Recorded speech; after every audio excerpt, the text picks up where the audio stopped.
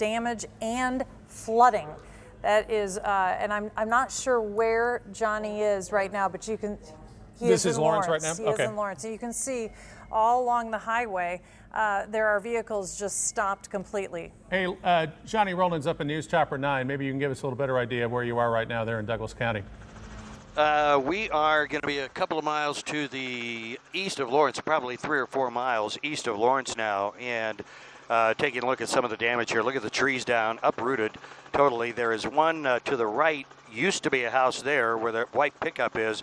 We'll go ahead and zoom in. The house to the left doesn't seem to see too much damage at all. Got to tell you, I was completely turned around when we were trying to stay out in front of this tornado, as we thought it was much closer to Lawrence than it was. In fact, I think I even referred to that at one point, but it is pretty far to the south and east of Lawrence, all the damage that we have seen so far, and this is just some of it. Many houses that are completely off their foundations, some new houses that look like a couple of subdivisions on the south and well, from the southwest to the southeast side of Lawrence. This a more rural area. I think that's the old K10 that we have right here as well.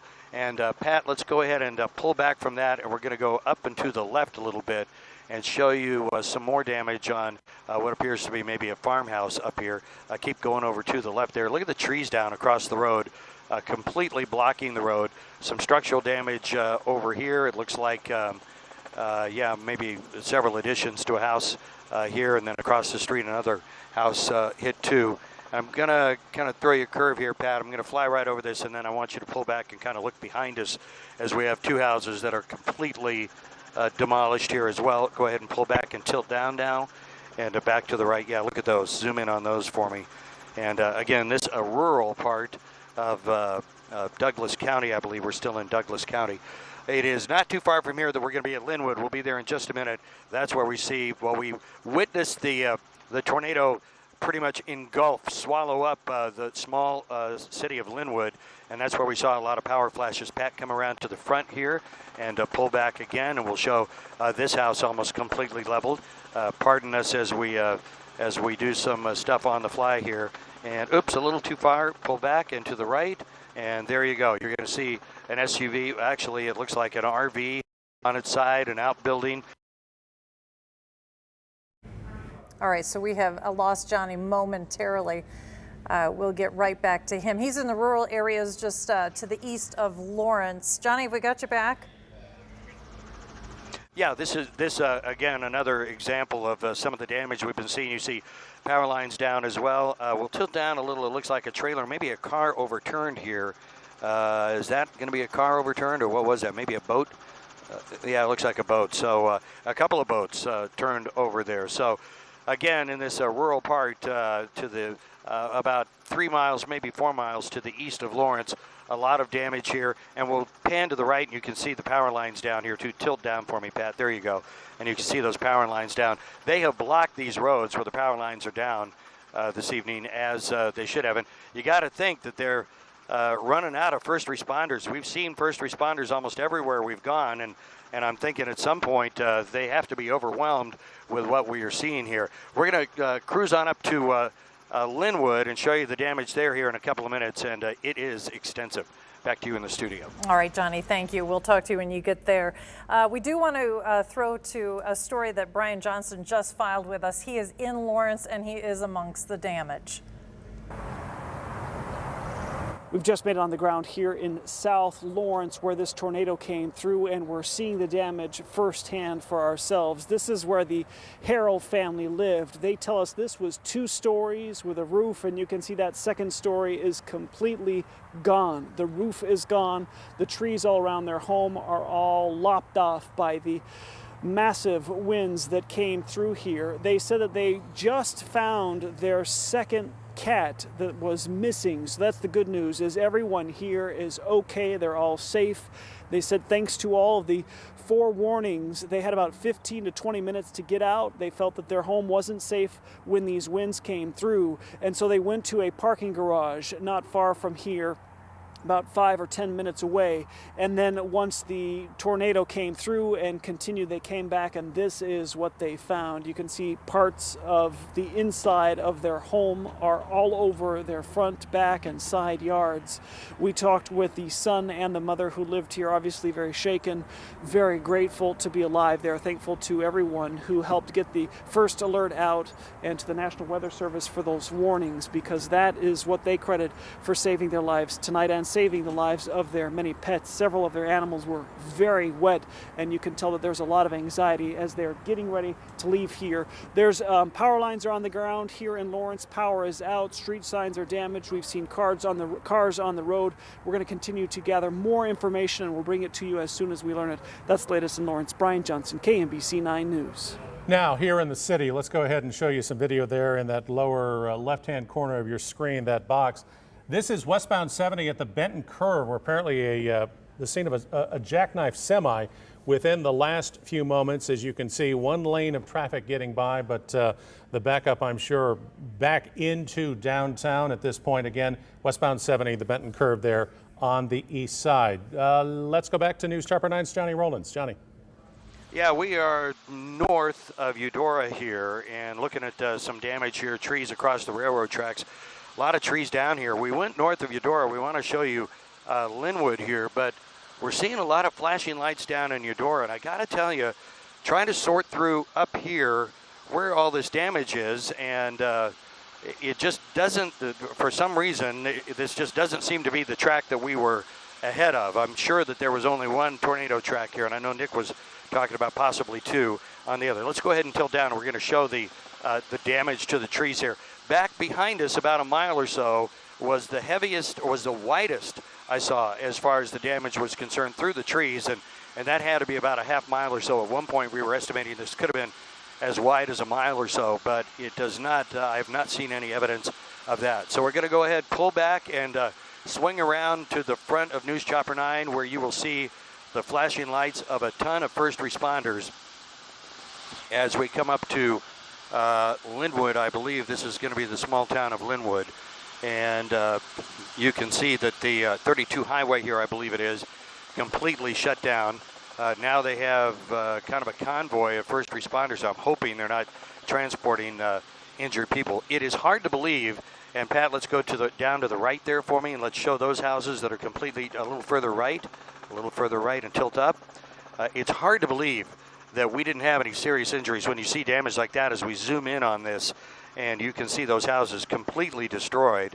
We'll pull back and just kind of continue following this, Pat, down as you come down just a little bit, and we'll see more houses damaged. Now, one thing we're noticing is that some of the houses have been completely destroyed, but a lot of damage to just the roofs of buildings.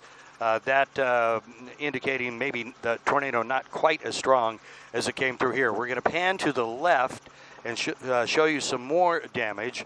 A couple of other houses here as we continue right there, and looks like an outbuilding there, damage to the roof. We'll pull back and see a very heavily damaged home here. We'll tilt down just a little bit there and see that there is just not much left of that house at all. Certainly the second floor completely gone, and a lot of damage. Looks like the garage, just the foundation of that left. And we'll pull back and then tilt up a little bit and to the left, and this is where we saw, of course, the tornado at its fiercest, perhaps, crossing 32 highway. We'll go up and further to the left. You're going to see one house completely destroyed. There's one damage to the upper right and to the upper left, about the center of the screen. Well, there's one right below us as well, but go ahead and zoom in on those, Pat, and you can see that nothing left of that house, just crumbled completely. And then another house across this road, destroyed down to the foundation pretty much. Maybe a few walls are left, and just imagine what the people inside of that house went through as this tornado was coming through. Again, can't make an estimate on this. I'm thinking at least an EF2, probably an EF3. Leave it to the experts from the National Weather Service who come in and assess the damage based upon the structures and how much damage was done to what kind of structure. We'll also go up the road just a little bit here, and I want to show one more thing, and go ahead and pan over to the left, Patrick. You can see here the trees heavily damaged, and it is, I don't know what greenhouse this was that we're coming up on, but it is pretty much destroyed. Now, of course, we know that they have those frames with plastic over them to, I guess, the hothouse effect for whatever plants they may have had there, and I do have the tower in sight. It is what? 3 Straight Growers Inc., we believe. We just looked that up, and yeah, totally destroyed. Not much at all as far as even the bigger buildings there. Tilt down for me, Pat. Even the bigger buildings not seeing much in the way. All right, so this total loss. I'm sorry. Anyway, yeah, this business a total loss and more damage across the street here. It looks like the city turned to the left. I believe those were some outlying homes and perhaps not. They might have been in the city of Linwood. It's coming around to the left, but I believe right here that would be the city of Linwood. Is pretty unscathed here. Maybe a little bit of damage, a couple of trees down, but it's just to the west of that where we see all the heavy damage. And I just remember the eerie feeling as we watched this tornado just come and completely engulf those houses, and saw all the power flashes, a lot of power flashes, and then nothing. And you knew the power lines were down, the damage was done, the power was off. And boy, from that moment on, a wild ride for the people inside those homes. Hopefully, thankfully, no injuries reported. We hope it stays that way. Seeing these pictures, hard to believe. We do know that we had the opportunity to get the early warning out. By the time the tornado was here, we had already been able to identify, even though it was rain-wrapped, a couple of times it revealed itself and how powerful it was. And of course, those pictures, Nick as well, the radar in the studio, all of those designed to give you all the best possible advance warning. And hopefully we were successful in that tonight, and we will continue to hear that there weren't any injuries, none serious at least, and no one fatally injured. Back to you guys. All right, Johnny, we do have reports of injuries. There are victims that are showing up at Lawrence Memorial Hospital, which is somewhat of an indication that at least they were able to get to Lawrence Memorial Hospital. And so the numbers vary. We're not sure. We know that there are a number of people, but Lawrence Memorial is taking care of those folks. We did tell you about Highway 59 being shut down because of a semi overturned there. KDOT just said 59 Highway is back open tonight, but again, south of Lawrence, the damage is just tremendous tonight. So if you don't need to go in that area, you are asked by emergency vehicles and emergency management to not go in that area because some of those homes are just splintered to nothing but rubble. Clarification also from Douglas County Emergency Management, who had tweeted that a shelter was to be set up at 9 o'clock tonight at the First Church of the Nazarene. Well, they've just tweeted moments ago there will be no shelter at the First Church of the Nazarene because the church has lost power. They're working on finding an alternative right now.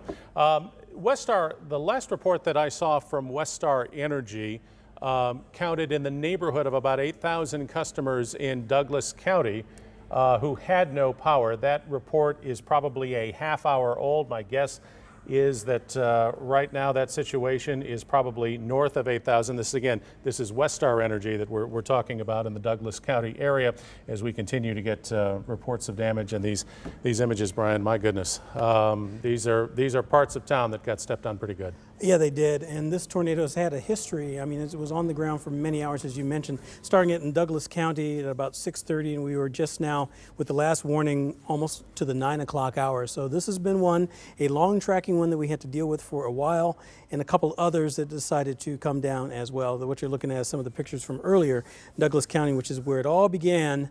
And now to bring up to the here and now before we actually look at, Katie Horner's been doing a lot of research on exactly the path of that cell, and we'll give you that in just 1 second. But right now there are a lot more yellow boxes. Those are severe thunderstorm warnings. Remember, there's still a tornado watch until 10 o'clock, so not totally out of the woods yet.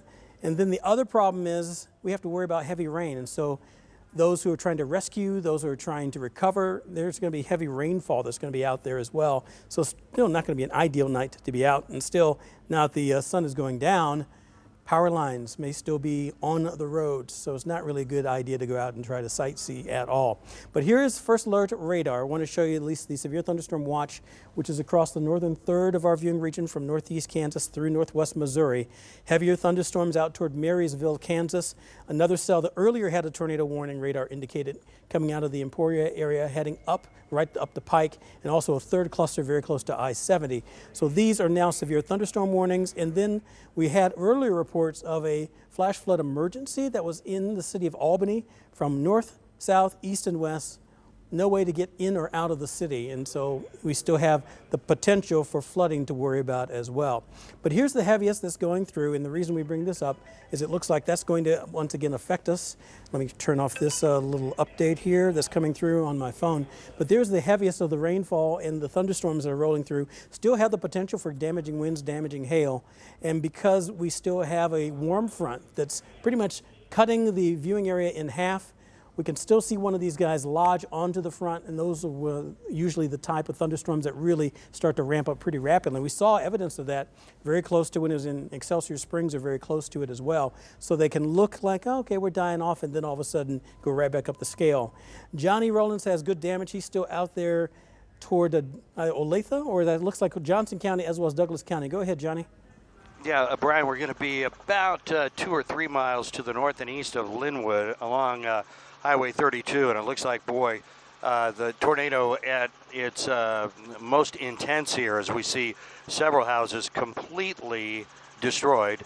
There's one in the middle of the screen, to the top of the screen, next to it, gone. We'll tilt down and show you the one just to the east of it, gone as well. I mean, nothing. And then look around back behind us as we have several houses across the street that are just completely gone.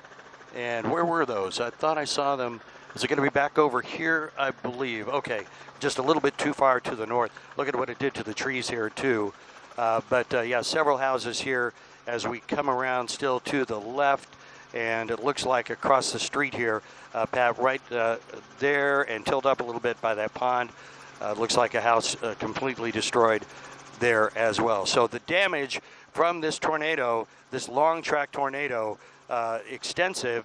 Pull back, we're going to see another house that's gone here. Tilt up a little bit, you'll see that house gone. To the left, I'm sorry, Patrick, to the left a little bit, right there. Zoom in on that one. Starting to lose daylight here. But as I said, this appears to be where the tornado, at least from the track we've seen, and we followed it all the way from Overbrook, by the way, which is pretty far to the south and west of Lawrence. It started very weak there, and as it's gotten farther and farther to the northeast, it appears as though here is where it was at its strongest, and this is where we are seeing several of these houses completely destroyed. It continues on to the north and east towards Bonner, and we're going to continue up there while we have a little bit more daylight and see what we can find up there for you. But yeah, really tragic. Just think of what all these people went through tonight, riding it through this storm. Horrible to hear we have injuries, hopefully none too serious. Back to you in the studio. Picture's worth 1,000 words there, Johnny, so it's not just radar indicated, it's not just a tornado warning. This is a legitimate long tracking tornado, and it is once again going to just cause all sorts of headaches. It's going to take a while before we really start to see the scope of this. Probably during broad daylight tomorrow we'll be able to see a little of that. Katie Horner has on our other computer system the actual path from beginning to end. Katie, go ahead. Okay, sure. Using the radar mode, the Doppler mode that lets us see the storm rotation, I went back in time and just kind of hand drew where the radar was indicating the tornado. And as you heard Johnny say, we started tracking this storm actually in Osage County near Osage City, and then brought it on up into Kansas City. Let me show you what it looked like as we were tracking it on the velocity mode, and you'll see it right there. See that green and red west of Ottawa, so at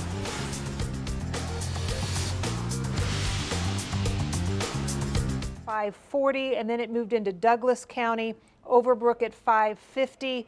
It was at 610 over Lone Star, continuing to work up towards the KU campus, but it stayed just south of the campus at Broken Arrow Park at about 620, and then it continued to cross the Arkansas River, the Arkansas River at Fall Leaf and Eudora at 6:37, continuing into southern Leavenworth County. That's when it hit Linwood, right around 6:40. Right there, you can see the intense rotation with that storm, the bright green, the bright red.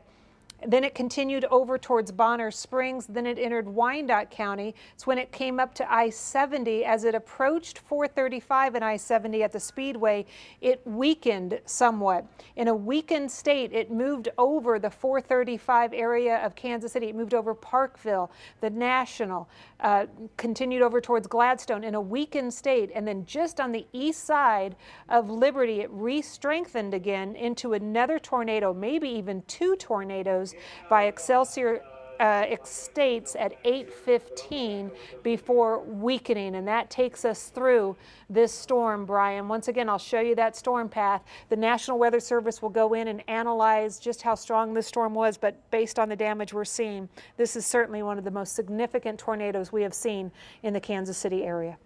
Agreed there, Katie, absolutely. And this is not just a one-time rope tornado. This has been for a while, and still the damage is significant that's going through. Johnny's still circling there with the damage that's coming through. Storm Tracker 9 is also up toward Clay County. So we have both sides of state line covered. Johnny, let me throw it back to you because you're over a different neighborhood. Keep going to the left. No. I'm sorry, did you throw it to me, Brian? We did, sir. Yep. Yeah, okay, here we go. We are around, we're trying to think Bonner Springs here. We're not, we'll give you our exact coordinates here in a minute, but we just came across a couple of houses that were completely destroyed. Let's go ahead and pull back, Pat, and it's going to be right there to the right, and look at those houses right there. Unbelievable, the damage done here. As you can see, it is starting to get light, I should say dark. We're losing our light. There to the left, then another one here to the right. And with that, of course, you're seeing more evidence of the strength of this tornado. Now, this was just on the other side of a little lake, and it's interesting that we know the tornado is moving in your screen here from right to left. So you would think the back of that house would have been taken away, but instead it looks like a lot of damage to the front part of the roof as well. We'll pull back and look at the house right below us here, and almost the same story. A lot of damage to the roof there. There is damage to the back, but it almost appears as most of it to the roof. Several other homes in this neighborhood here that is just about 3 or 4 miles to the north and east of Linwood, untouched.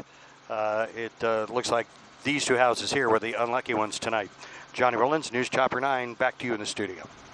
All right there, so we saw the damage reports that are coming in here. Still got to talk about the here and now. Remember, there's a tornado watch for another hour or so. Stays in effect until 10 o'clock. Johnny's reporting out there, as you saw near Bonner, just to the north of DeSoto. As we widen our perspective out, here are the heavier thunderstorms with the torrential rainfall that's still going on. That's to the east and northeast, where some locations picked up about 1.5 inches to almost 4 inches of rain. And already it's saturated, and already flooding concerns are still out there. But since we do have the severe thunderstorm watch to our north, a tornado watch which is still in effect until 10 p.m., these are the thunderstorms that are rolling through the western horizon. If you look carefully south and west of Manhattan, there were a couple of tornado warnings that were issued. Radar indicated, still trying to see if the spotters out from the Topeka Weather Service office have had any confirmation of touchdowns there. But as you're noticing here, that line is still on the march back through the area. So even if we don't get another tornado, we still have to worry about the gusty wind possibility, hail to a lesser extent, but flooding concerns. That's going to be the next thing that we're going to have to deal with for later on tonight, which will hamper rescue, hamper cleanup. And once again, it's going to be a fairly long night for those folks who are going on out there. So we'll start to the north and west and then work our way down that line so you can see some of those storm tracks. And also looking out the corner of my eyes at some of the other reporters that are out in the field. Here's the heaviest now, east of Maysville, as Johnny's picture's still in the box there. And as you know, every once in a while, he will go back up there. And as you see here from west and northwest of Hiawatha, the heavier line is to the east of Maysville, and there's Beatrice, Nebraska. So this is the next line that'll move through. Estimated time of arrival for north of St. Joseph, or at least St. Joseph, and maybe around 36 Highway, probably during the 10 o'clock or 11 o'clock hour. Farther down to the south, we'll go closer to between Lawrence and, say, Topeka. That's where we see another cell coming up from Emporia. And remember, that's exactly where this first tornado started. And so if we still see a feeder band or still see enough information to indicate to us that the atmosphere is not totally exhausted from the energy, we still see it strong enough to produce some severe thunderstorm warnings. And since we still have the watch box in effect until 10, got to watch these very carefully to make sure that we don't have any recurrence. Because remember, for a while, you're probably thinking, okay, it's over Kansas City, it's weakening, no problem there. Then all of a sudden it started to take another breath, got a little stronger, very close to that warm front, and that's why we had those tornado warnings out for Clay County, eventually heading toward Ray County too. So as we look at this in animation mode, we'll look at that immediate cell that was all by itself. There's the tornado warning, then it changes over to a severe thunderstorm warning out toward Junction City. Then the second one that's farther down to the south, actually this one in the middle, still has that shape that I don't like to see, a little appendage there, still heading up the line toward Emporia. Heavy amounts of rain for sure, maybe some gusty winds, which has probably prompted them for issuing those severe thunderstorm warnings. But if you draw a line, an imaginary line at that, from where they are to where, say, News Chopper 9 is, or the Kansas City Metro, they are right in line to the 435 loop. And if they hold together, then we have another problem as well, especially with those gusty winds. Pete is drawing exactly how far away they are. They're about 80 miles to our south and southwest, and they're moving at about 25 miles an hour, so you can do the math there. Still, after our 10 o'clock newscast and during the wee hours of the morning, we will still have to worry about that. We are now also looking farther to the southwest for more redevelopment that will still be out there. We wish we could close the book on the severe weather threat, but when it was a 3 out of 5 and in some cases moderate 4 out of 5, we knew it was going to be a busy night, and this is certainly the way it is going right now. We also noticed that at least the 435 loop at the present time not really showing anything with regard to damaging winds, damaging hail, but right on the back doorstep will be our next line of thunderstorms that are moving through. And the other thing is I'm still looking out the corner of my eye at some of the spotters that are coming in here. And this next batch is going to be at least a little bit on the strong side as damage reports are still coming in. And these are confirmed tornado touchdowns. And as you saw from Johnny's pictures, a lot of damage. So every bit of at least 100-mile-an-hour winds, just my particular estimate, and we were measuring it on radar. That is certainly the case, and looks exactly conducive or exactly in line with what you would expect from some of the damage that we're seeing right there. Laura, Chris, let me throw it to you, please. About Clay County just a Sure. little bit, and I see that Storm Tracker 9 is still in that area. Right now, they are saying in Excelsior Springs there's major house damage, and there are a lot of roadways that are blocked by downed trees and power lines. So in Clay County, Excelsior Springs, in the Kearney area as well, be very, very careful. Because there is a lot of damage in that area. We'll hear from Nick Bender in just a couple minutes. Real quick before we send it out to our Haley Harrison out in the Bonner Springs area. For you people in Douglas County, especially south of Lawrence, the American Red Cross has found a new location for a shelter, which is opening up at 9:15, so minutes from now, for those who have been displaced by this storm. It's going to be Building 21 of the Douglas County Fairgrounds at 2110 Harper. Building 21, the Douglas County Fairgrounds at 2110 Harper. The American Red Cross setting up a new shelter for people in Douglas County. All right, Haley Harrison in Bonner Springs. Haley? Well, Chris, we're out here along Front Street in Bonner Springs, as you said, and this is the sort of tornado damage that we're seeing here in town. A massive tree, probably 75 feet, uprooted. Take a look at this. This is the kind of damage that Brian Busby was telling us as he was preparing our team at Channel 9 this afternoon for the storms that were coming in tonight. He said this was the kind of thing that we were going to see just from straight line winds alone because of how saturated the ground is. This root ball of the tree lifted up out of the ground. Now, we are out in front of a veterinary business, and the veterinarian here, remind me your name. I'm Dr. Paul Slider. Dr. Slider, you and I were talking just moments ago before we came live on air about the fact that you were relieved when you pulled up to your business to see that this was the extent of it. You have about 12 cats and dogs inside and lots of very big trees surrounding your business. Tell me about that. Well, it's a blessing. You just don't know. I mean, where these trees have been here for, who knows, 150 years maybe, you know, and so not to see them on the building crushed, you know, on the west side of where the animals are at, you know, it's just going to be a matter of calling clients, letting them know that everything's okay, and that we just got a lot of cleanup. And I imagine they have been calling you, trying to get a hold of you to find out that answer. I don't know, because there's no power on the phone, and so Spotty cell phone coverage out here. Yeah. The Well, power's out in of town. course, they'll be calling the clinic. They won't have my cell phone number. Sure. You were also telling me that you live about 35 miles away from here. So you were watching these storms come through on the radar like the rest of us. And tell me about your concerns as you were watching this storm plow right through your business. Well, I guess I was out mowing all afternoon. So, Oblivious. So I was oblivious that my wife was even calling me and letting me know that this was going on. And then, of course, when she did get a hold of me finally, then we said, well, we got to get up there and see what's going on. And that ends up being a long 35-minute drive. Oh. Well, yeah, it takes 35 minutes, but you're just wondering, what are you going to find? And especially when you're listening onto the radio of all the damage that's been done in Lawrence and Linwood, and they're looking down on the copters and just saying, well, the houses are gone. And so we didn't know, maybe this place was gone. And so... And Dr. Slider, too, said that this area behind this fence, that you use this sometimes as an area to exercise horses or some of the bigger animals that you treat. Sometimes we'll leave animals up here for nostalgia or letting people just see what little guys look like, and then sometimes we'll exercise the dogs back here, or even the police even housed a horse here last week so that had gotten loose. So we kind of use it for little different things, but it's not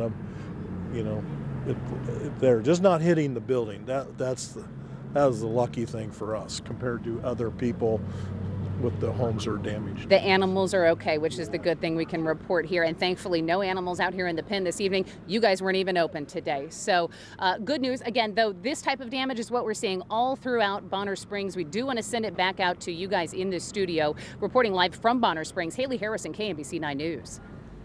All right, thank you, Haley. We want to go to William Joy now, who is in Lawrence at the Church of the Nazarene that had originally wanted to set up a Red Cross shelter for people, but they don't have any power. William? Laura, Chris, that's exactly what happened. We're here at the First Church of the Nazarene, and as soon as even the pastor arrived, they saw they didn't have power, so now they've changed that to the fairgrounds. The Douglas County Fairgrounds is the new shelter. If you're watching and need a place, do not come here to the First Church of the Nazarene. Go to the Douglas County Fairgrounds. I'm actually joined by the pastor, Robbie Giffen. Robbie, when you got here, what was the situation? Yeah, we made our way out here because we had offered our building up for a shelter, and we're happy to do it. Get out here and we have no power, and so obviously they had to scurry a little bit to find a place that did have some power here in town. So now, when we got here, there was a crowd of people here. I thought they were people who were here for shelter. They were people who were here to volunteer. Your own home was in the path. You saying it's not affected. Right. But what does that tell you about just this community response so quickly? Yeah, we just got the word out and said it looks like we're going to be a shelter, and so I just texted a bunch of people and said, hey, can you get to the church and help me get things set up? And so I showed up, and there was already several people here, and obviously you got here, and there were 20 to 30 people here ready to go, but hey, we just adjust. You don't plan for things like this. What are you hearing? You say you live in Eudora. What are you hearing from that area? Yeah, we're just getting all kinds of reports. My phone's lighting up of, people that we know whose houses have been damaged, businesses that we know of that have been damaged, all the way from West Lawrence, all the way up through Linwood area. So far, it looks like everybody is safe. But yeah, definitely just a crazy night.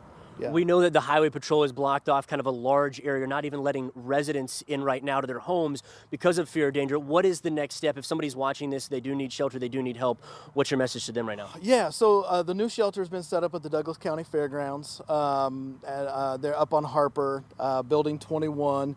And we actually sent our people from here up there to help get them set up.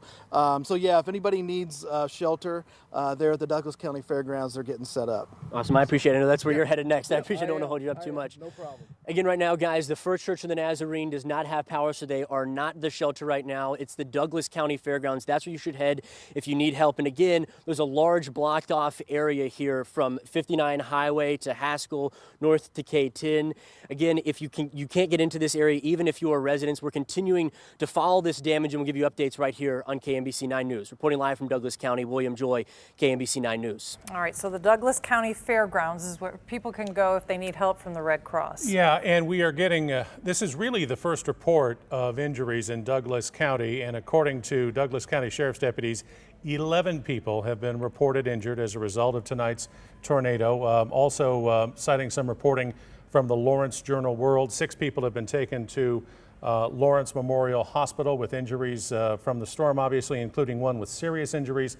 5 more people apparently headed to the hospital as well. And Lawrence Memorial Hospital has activated its Emergency Incident Command Center and is receiving patients as we speak. And they talk on Twitter of a great staff response and their thoughts being with all of those who have been affected by tonight's weather. And although the heart of Lawrence, and that's where Lawrence Memorial Hospital is situated, was not hit by the tornado, you have to understand that the rural area surrounding Lawrence is what was hit the hardest. So that's why these people, the 11 people so far, have gone directly to Lawrence Memorial. So that's why they have set up their area, and they're taking in patients as needed, their emergency response. Katie? I want to bring you up to date on the fact that we have more storms to come. So let me set the environment for you. Even though we have had a thunderstorm move through, we still have a lot of heat and a lot of moisture in the air for more thunderstorms to work with. There is a warm front coming right across the Arkansas River and the Missouri River. You see it's 75 in Olathe, 64 in St. Joe. That splits the warm air from the slightly cooler air. We've also got a lot of moisture in the air. Ottawa still has a dew point of 72. Also wanted to point out the winds just above the surface are coming from the west, southwest to the northeast. This is blowing that debris earlier in that storm towards the northeast. Even as we go higher up into the storm, how strong those winds are. That's why we're going to hear reports of debris being found, like we heard up in Smithville Lake. Debris was falling there from that tornado. Our storm center is still monitoring a tornado watch that is in effect for another 50 minutes for all of our counties lit here in orange. Also, the severe thunderstorm watch is in our northern counties, Atchison, Andrew, Nottoway, Holt, Worth and Gentry, Harrison and Mercer. Those yellow boxes you see off to the west, those are severe thunderstorm warnings, which we'll take a closer look at. But before we do, I want you to see that we have had a lot of rain, upwards of 2 to 5 inches of rain on top of the 6 to 8 inches we had in the last 3 days. So we are approaching 8 to 10 inches of total rainfall. Flash flooding is happening now. There are flash flood warnings in effect for every county that you see in red. And as we go into nighttime, that makes it even more dangerous. So in Maryville, Trenton, Chillicothe, Liberty, Kansas City, Leavenworth, and Lawrence, please be extremely cautious if you have to drive tonight. Even if you aren't in the threat of a severe storm, that flash flooding continues to be of great concern for us. Now, as we take you back to First Alert Radar, seeing that 4 to 5 inches there, let me bring you over to the radar and where you saw those severe thunderstorm warnings off to the west. I'm going to switch over to Topeka's radar, so bear with me as I click a few buttons here. Let me turn that off. All right, so when we look at the Topeka's radar, you can see these thunderstorms that are still heading our way. These are producing very strong winds and hail. I will track the entire line for you. You notice it's not a solid line. There is a break, but I want to track the whole line so you get the feeling of when these storms may be arriving in your area. They appear to be moving east-northeast at about 50 miles per hour, 45 to 50. You saw those strong winds helping to steer these storms in our direction. I'll lengthen the storm track for you. And this will bring these storms back over the area where people are out doing search and recovery, where they're trying to locate their items and making sure that everybody's okay. So I just want you to know there's more thunderstorms heading in. They'll be in Hiawatha at 9:22, Topeka at 9:28, Atchison at 10:04, Lawrence just after 10 o'clock, Eudora 10:16, Savannah also 10:16, and St. Joseph at 10:19. That will be the second line of storms still to come through. Primary threat with those storms are going to be wind and hail. We don't have any reports of tornadoes now. Those tornado warnings for the second line did expire and have not been reissued. So severe thunderstorm warnings on some of these cells until 9:30. You see the updated track for you there. Chris and Laura? All right, Katie, thank you. As you have seen, as we have reported, there is an awful lot of damage in the Linwood, Kansas area tonight. KMBC Tonight's Kelly Eckerman is in Linwood right now, and I think you've just had a chance, or she has had a chance, I should say, to talk to somebody who was in the storm when it hit and lived to tell about it. Right. I mean, we're losing up. I know it's very dark here and hard to see. I can't even begin to explain the damage here. We're surrounded by some downed trees here. And for the last 2.5 hours, there have been people trying to find as many chainsaws as they can to open up the road because we knew there were at least 2 homes leveled up here. We just hiked about 3/4 of a mile up here. I did talk to a survivor. He, his wife, his teenage daughter, and his dog survived, but his home is gone, his farm is gone, his livestock is gone. His name is Brian Hahn. He's still in shock, but just lucky to be alive. Listen in. Did you have any idea when, I mean, I know you were probably hearing the warnings, but did you have any idea what was happening upstairs? Yeah. I mean, I knew it. I was on the phone with my brother, and he was, my cousin, and he was telling me exactly where it was. And we knew it was coming. And we were underneath the basement. And, I mean, you know the sounds. It sounds just like it does. It's a rumble. And I knew it was coming. And then when I felt like you could kind of, you just feel the air pressure change, and you knew it was coming. Next thing I know, I could hear it was over us, and I saw my bedroom just leave. It was gone, and we were underneath the one part of the house that didn't get taken. So, thank God we were in the one spot that didn't get it. So. And you guys listened to the warnings? Oh yeah. We knew it was coming. I just didn't think. I was just hoping it wasn't coming right at me, and it did. You must be feeling somewhat lucky right now, despite what you're looking at. I feel lucky. I'm alive. Yeah, so, I mean, how much luckier can you be? Who was in the house with you? It was my wife and my daughter, and my dog. So, and we were all huddled up together with a mattress over our heads in the basement.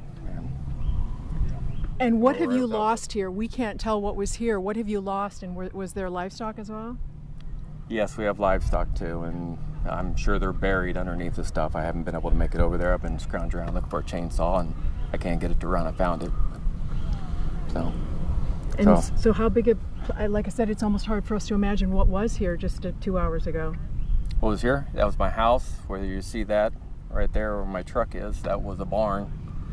And then if you just go over the top of the hill, there was two silos there, and a barn, and a dairy barn, a dairy farm with a big barn in it, and it's all gone. The level of defeat in that gentleman who lost his house, his barn, his truck, his silos, and probably all of his livestock. And the thing of it is, at this stage of where he's at right now, where his family is at, he's not going to get a full accounting of just what it was that he lost moments ago in the Linwood, Kansas area until probably tomorrow, maybe even the day after right now. But he has 1,000,001 things going on in his head right now, and none of it's good. No, none of it's good except for his wife and his daughter and his dog who are huddled up with him.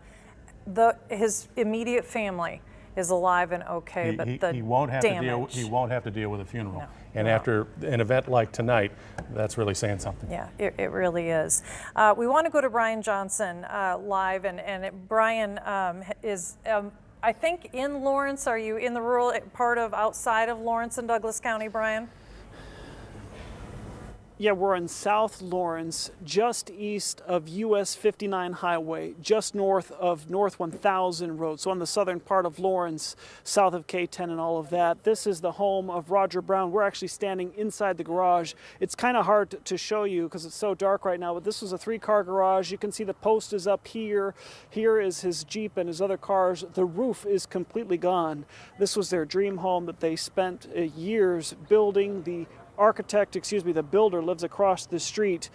Oops, don't back up too far, Daniel. Here's Roger Brown now. We were talking to him earlier. He was telling us about, you rode out the storm underneath in the basement. You have a safe room, I believe. Yeah, we have a concrete safe room underneath the front porch with a steel door, and my wife and I and dog and cat were all in there, and we could hear the house being destroyed above us, but we were all safe.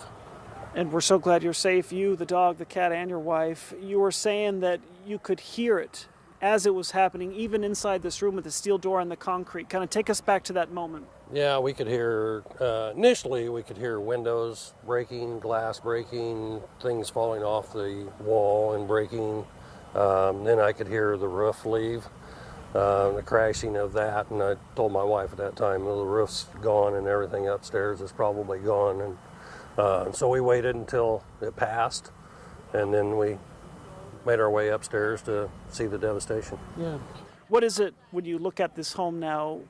You knew what it looked like. We were not familiar with the home, but you spent years designing this, picking out everything, and now this is what's left. Well, as my wife has always put it, it's a work in progress. So we've been working on it for 14 and a half years, and we were about to get it exactly the way that we wanted it. And so we'll try to rebuild our dream house, but the most devastation about it is, one, trying to rebuild a home, and two, the landscaping and the surrounding area and trees and those types of things that are destroyed that you just can't replace. And thank goodness all of our friends and neighbors in the area are all safe as well. So. Yeah, he lives on the end of a cul-de-sac. There's 5 or 6 homes kind of in the distance from various sensors and security systems. You had your shoes on, you were prepared, but moments earlier, what was it, 20 minutes before, you were at the grocery store running errands and stuff. How many minutes did you have to get into your safe zone when you saw the tornado come or knew that it was coming? Yeah, actually, when my tone alert went off on my phone, the storm alert, I was checking out at the grocery store getting groceries for dinner, and my wife was calling me at the same time telling me the sirens were going off out here.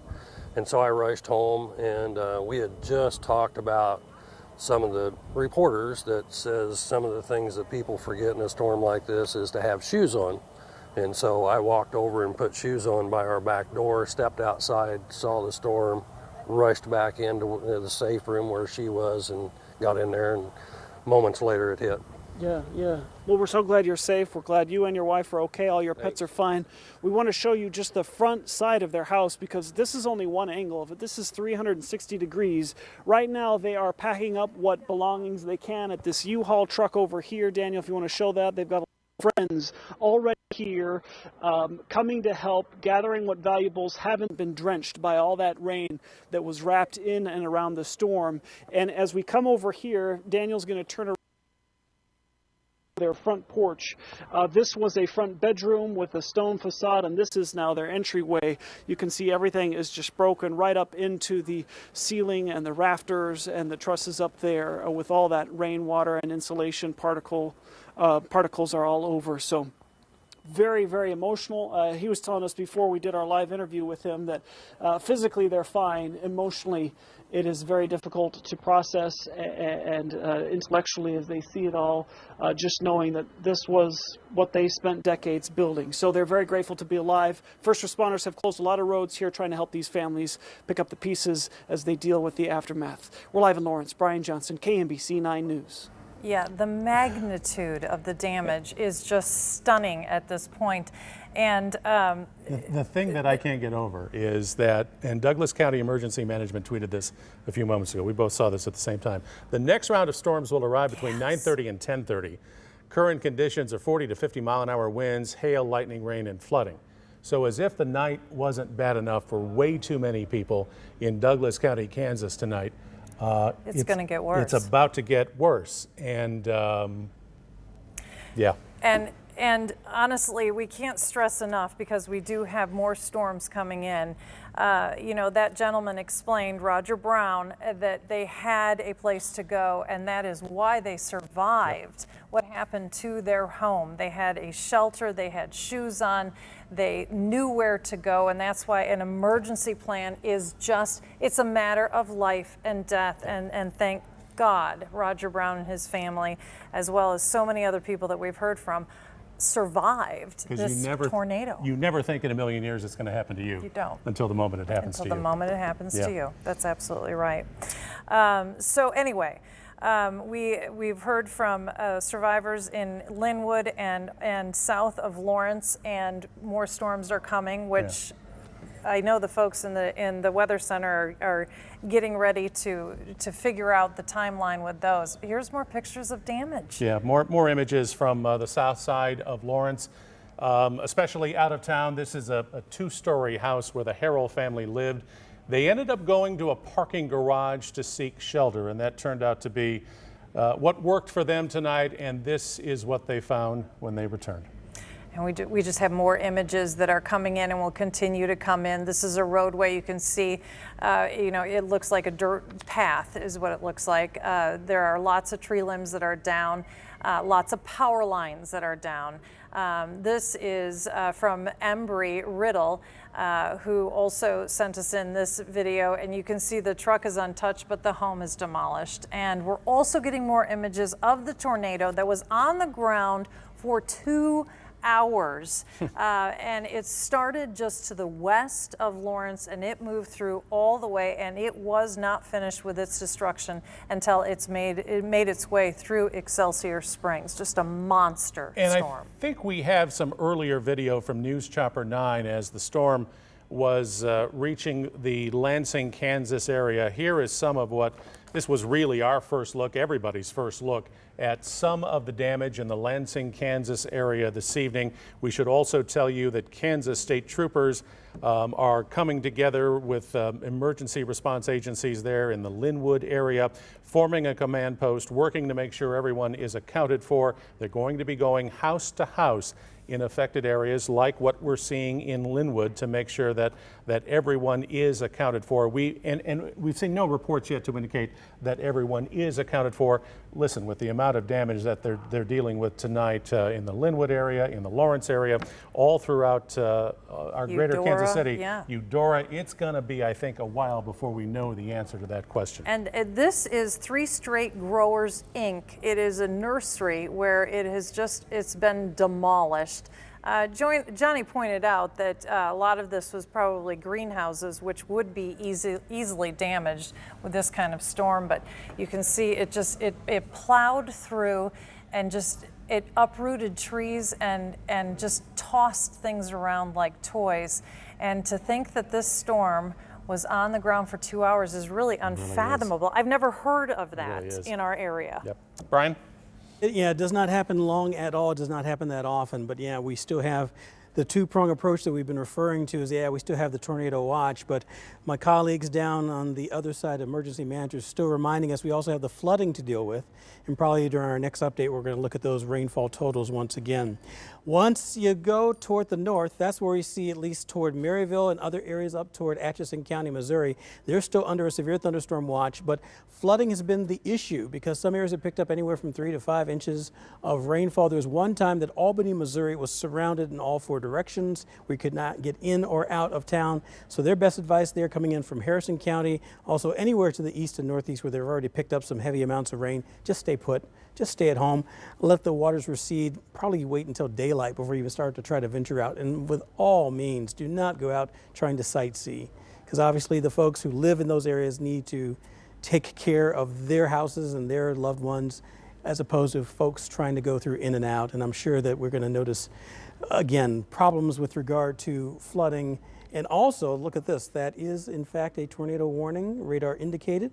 So as mentioned, we're still not out of the woods yet. We still have the potential for some thunderstorms to produce a tornado. This one radar indicated is probably that little notch right there. This to the south of Seneca. Not in the viewing area, mind you, but it's still holding together and moving very close toward Hiawatha and eventually heading across the state line and heading into Missouri too. This is the next line, and as First Alert Live radar comes around, we still see the evidence that is holding together a strong storm. And as you know, those counties in orange are still under that tornado watch until 10 o'clock, so we still have at least the threat there. Another thing is, I was talking via text to my colleagues out at the National Weather Service, and they look like, or they think that they're coordinating with the Storm Prediction Center, that they're going to probably allow this tornado watch to expire at 10, but they may be reissued in another way, shape, or form as either a tornado watch or a severe thunderstorm watch with probably the extra words that say, occasionally severe thunderstorms do produce tornadoes, and that is probably what's going to happen. Then we can go farther to the south. That's where you see toward Emporia, and this is where it's almost continuous. A line of thunderstorms that could produce some heavy amounts of rainfall, also heading to the east and northeast. That would put it close to the Kansas City metro between 10 and 10:30, I would imagine. So although there are no tornado warnings from these, but they still could see some damaging winds, excessive rainfall, and that's as we're changing and trying to shift our attention and focus toward the different sort of advisories that we need to tell you about. We could see more flooding and less hopefully than severe and tornadic.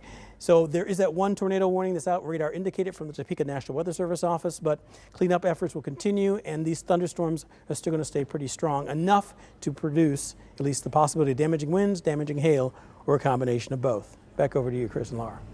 All right, let's go back to Brian Johnson, who is along US 59 highway in Douglas County, south of Lawrence. Brian?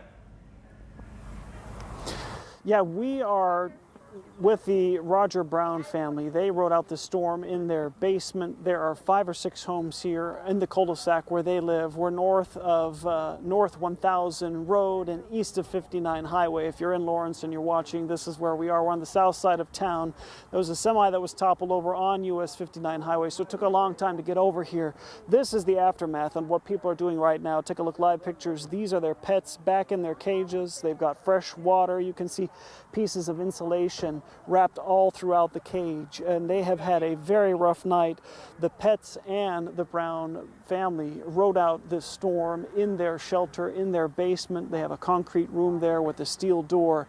They say it was very concerning as they heard the roof lift off and get blown away, and all of their belongings, knowing that it's blowing away. We're going to turn around now. They've got all kinds of family and friends out here helping tonight, and if we iris up, you'll be able to see a little bit of this is what's left of their 3-car garage, a wide shot, and you can kind of start to get the sense of just what every house on this cul-de-sac looks like. The man who built this custom home, he lives across the street. He's got a tarp on his roof, and he's got damage in his home, and 2 other homes are just ripped open, just like this one.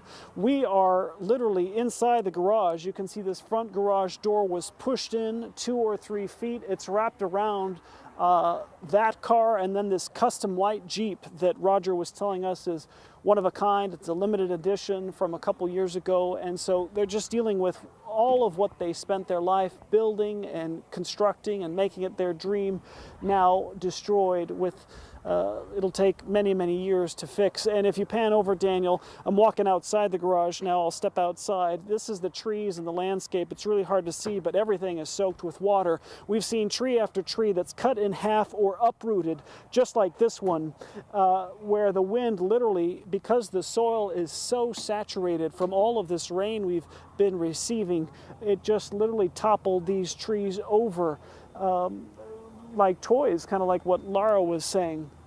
And so this is kind of the damage that we're seeing. If we go back to their house, I just want to show you, this was 1 story with a walkout basement behind it, but you can see what's left of the roof line here with all the trusses and the joists and insulation now all over the place.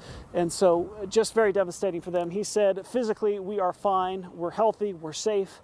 And so they are so grateful for that, and so grateful for all the friends and neighbors who have come to help them pack up what they own. But they say emotionally, right now it's very challenging to look at it and know that this was their life's work and their piece of heaven on earth, and now it's damaged, destroyed, and the landscape will never be the same. That's the latest. Live in Lawrence, Brian Johnson, KMBC 9 News. And it's only going to get worse as the sun rises tomorrow morning. These are people who right now are looking at what's left and wishing they could wave a magic wand and make it go away, but it unfortunately doesn't work that way. KMBC 9's William Joy is the Douglas County Fairgrounds in Lawrence, where a temporary shelter has been set up. William? And Chris, Laura, earlier we were at the First Church of the Nazarene, which is the original shelter, but they didn't have power like many people throughout the area, so it's now here at the Douglas County Fairgrounds. You can see some of the volunteers who just a couple minutes ago went right away to unloading this trailer, this Red Cross disaster relief trailer, which is loaded down with water, with food, with cots, with everything they need for the night. And going inside, this is the area where people would set up, and in a couple moments they'll begin setting everything up. They said they're still trying to figure out just how many people they need, or how many people they need to set up for, trying to expect the needs. They aren't expecting too many people to come here, but we have seen a lot of damage. He said it's still too early to say, but already really what we've seen more than anything is just a large number of volunteers coming in here to help right away. And it's not just people with the Red Cross, it's not just people with the church. Just a couple minutes ago, we saw a car pull up. They said they saw it on the news, they wanted to come help. So again, a lot of people are already pitching in, which again, those volunteer efforts will certainly be needed down the line. But right now, in the immediate future, the Red Cross has set up a shelter here. Again, if you do need shelter, come to the Douglas County Fairgrounds. Don't go to the First Church of the Nazarene. We've also seen power crews continuing to work on power lines across the area, many down, ripped apart, just like many of the trees that we've seen from the damage of this tornado. So many people certainly probably be in need of help tonight. And you can come here to the Douglas County Fairgrounds if you're one of them. Reporting live, William Joy, KMBC 9 News. All right, William, thank you. And we should mention that Lawrence Memorial Hospital has activated its Emergency Incident Command Center. So if you're needing medical attention and you can get to Lawrence Memorial Hospital, that's your best place. If you're needing shelter, food, or water, the Douglas County Fairgrounds is the place for you to seek that. More video from News Chopper 9 from earlier tonight showing some of the damage along K32 tonight on the Kansas side. And as you can see, some of this damage is extensive. No reports of any sort of injuries in this part of our area, but I would hazard to say that it's a little too soon to give the all clear there. Again, this is going to be one of those stories where it's going to take a while to make sure that every single person who happened to be in one of these structures, to make sure that they have been accounted for and that they are okay. And that is certainly what we are hoping and praying for right now. And I can tell you from having covered the Joplin tornado, what they will do is emergency crews will go from home to home to home, and they will account for every single person. And they will mark that home as how many people have been accounted for. So the process is tedious, it takes time, but they will do it, and they will do it thoroughly. And my guess is, especially in so many neighborhoods, as soon as homeowners make sure that their own family and friends are okay, then they will probably go out and start going house to house as well to try to make sure that their neighbors are okay. You know, we saw some earlier pictures, what you're seeing right now. You hope that those are all first responders and that they weren't necessarily people who were looking to get a closer look at the damage, because that's the last thing that people in places like this need is for gawkers. The Douglas County Sheriff's Department tweeted that out exactly, that they really cannot have people out of their homes if they're not damaged, looking around or doing anything out of the ordinary. Just stay put. This is video from News Chopper 9, and this is before the sun set, and you can just see it was a rain-wrapped tornado. It made it incredibly difficult for trained storm spotters like our KMBC staff to make sure that they were calling a tornado because there was so much rain around it. Part of the saving grace in all this is it wasn't completely dark out. The sun was still up, believe it or not, even though you look at this video and it seems so dark. But a rain-wrapped tornado is just so incredibly dangerous because you cannot track where it's touching down and where it's going back up into the sky. And really impossible to see just how big a storm this was at its base. Johnny was speculating, Nick was speculating, we were all speculating. Judging by what we are seeing right now, this was clearly a monster of a storm. There's no doubt about that. But at the moment that we were seeing these pictures for the first time, because of the rain wrap feature that we were all looking at tonight, it was just impossible to tell just how big this storm was. And the National Weather Service will be boots on the ground tonight, if not first thing tomorrow morning, and they will determine on the EF scale what this was. 1, 2, 3, we don't know at this point, but we do know that it was incredibly destructive. And right now we have somewhere around 11 injuries that have been reported. That's right. And again, I'm guessing that's an early number to be sure. Douglas County Emergency Management tweeting just moments ago that the National Weather Service has canceled a tornado watch for Douglas County. That was as of 9:36 tonight. But the National Weather Service has issued a severe thunderstorm watch for Douglas County until 4 o'clock tomorrow morning. Pete Grigsby. I don't mean to laugh, but that's you know, it's replacing one with the other, but it is downgraded. That's a good news. Now, we've watched these storms. We've talked about this for several days now. We knew this was going to be a moderate risk for us, and it's exactly what happened. And we're not totally in the clear yet. However, it is good news that the tornado watch is going to be allowed to expire. But all the blue boxes you see on the radar there, that's because of the new severe thunderstorm watch in effect for most of southeast Kansas, east central Kansas, now until 4 o'clock in the morning. Meteorologist Katie Horner is at the helm, and she's taking me up to the north because we're going to focus on, first of all, the Northland, as Brian mentioned earlier.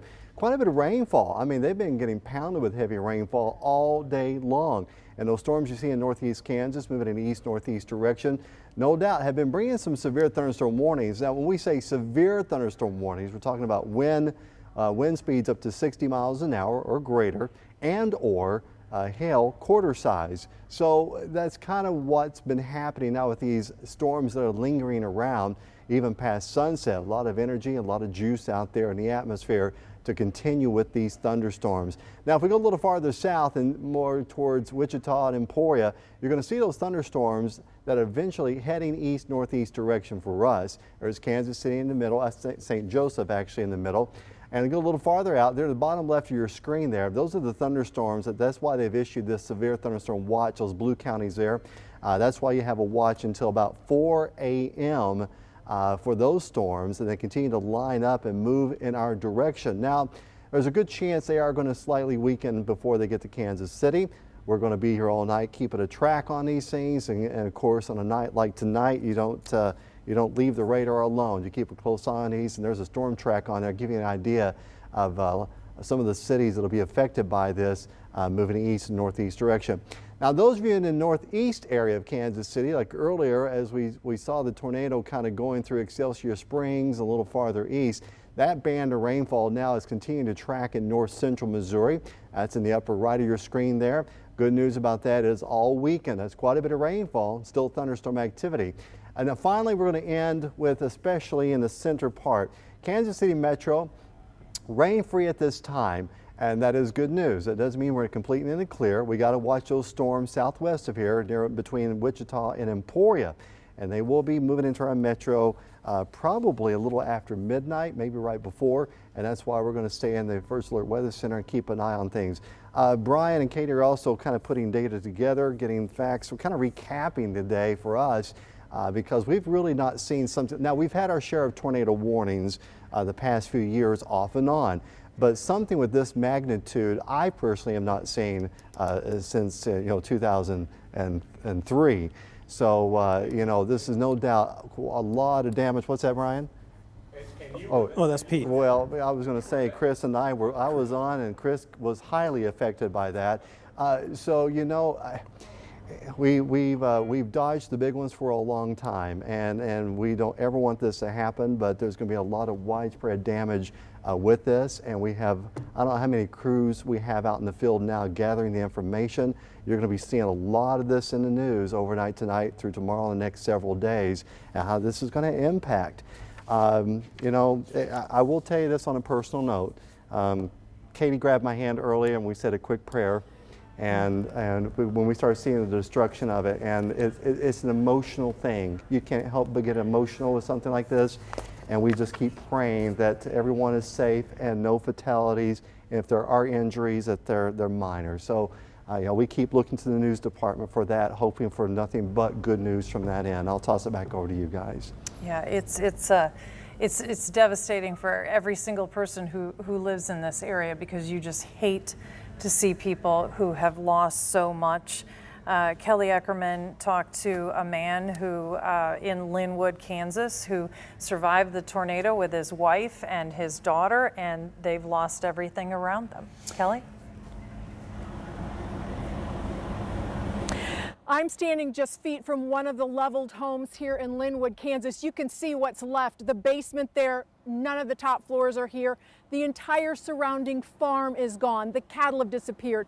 Fortunately, in this story, the homeowner, his wife, his teenage daughter, and his dog, they all survived. And we actually got to walk around while it was still light out here. He appeared to still be in shock. His name is Brian Hahn. He's lived here for about 15 years. He was in the middle of shaving, and when we talked to him, half his face is shaved, the other half not, because that's how quickly he had to dart downstairs. Now, he showed us the small part of the house that actually made it through the storm, and that happened to be the small little chunk that they were taking shelter in. Again, they are all okay. I talked to him about what he went through, what it was like. It took us hours just to get up here because all the roads were blocked. This is Brian Hahn, what he's been through, he and his family tonight. Where were you at when you were down here?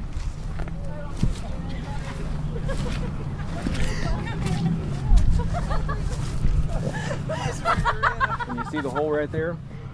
Yep. That is my down. That goes to that stairwell to go down my stairs. If you look just to the left, there's tile. We were right underneath that tile. So whatever, 15, 20 feet from where it took the house off. And how big a house is this? Was this? Oh, I couldn't How many give you the bedrooms? Oh, how many bedrooms? It's a 3-bedroom, 2-bath. So, Oh my gosh. But the family's okay. That's family's all okay. it's a miracle. So yeah, we were under, like I said, that one little piece, and I was talking to my cousin, and I watched my bedroom leave. How long have you lived here? Long time. I can't tell you the years. Long time. 15 years, something like that. Mm-hmm.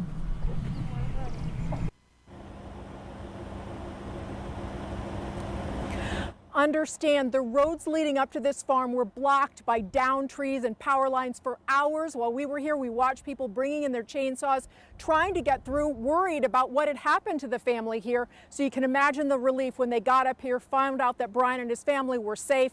We know from seeing the shots from above from Johnny Rollins, there are other houses that have been leveled.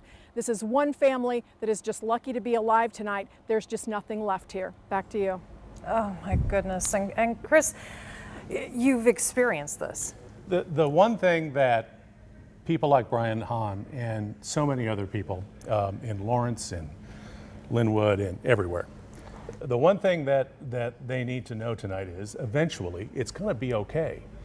It's not going to be next week. It's not going to be next month. It may be several months. It might be a year.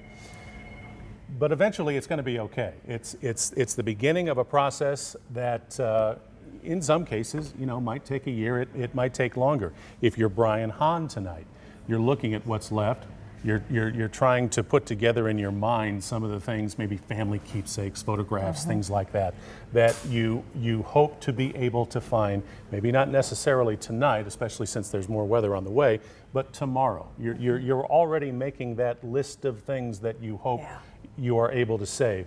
And you're also thinking about, well, where are we going to stay tonight? Is it going to be a hotel? Are we going to be with relatives? Or are we going to be?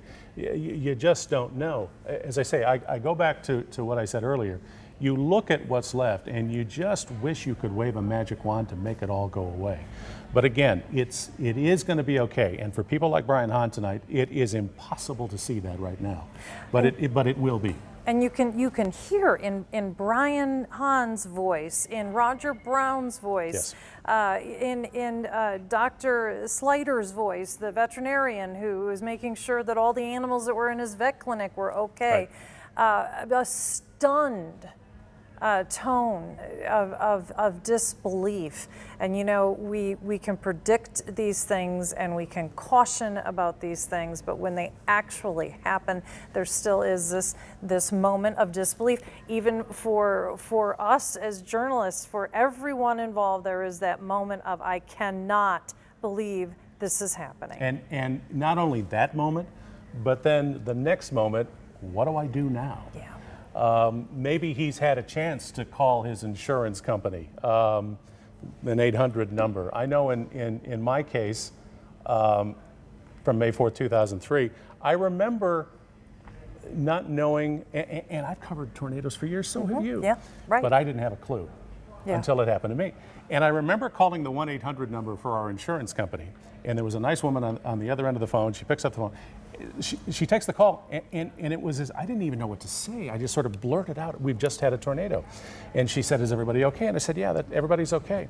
And then, of course, her follow-up question was, "What's your policy number?" Which at that moment was... How would you know? At that moment, I didn't have a clue. But again, it is an overwhelming feeling for all of these people tonight because they have no idea what the future is going to hold.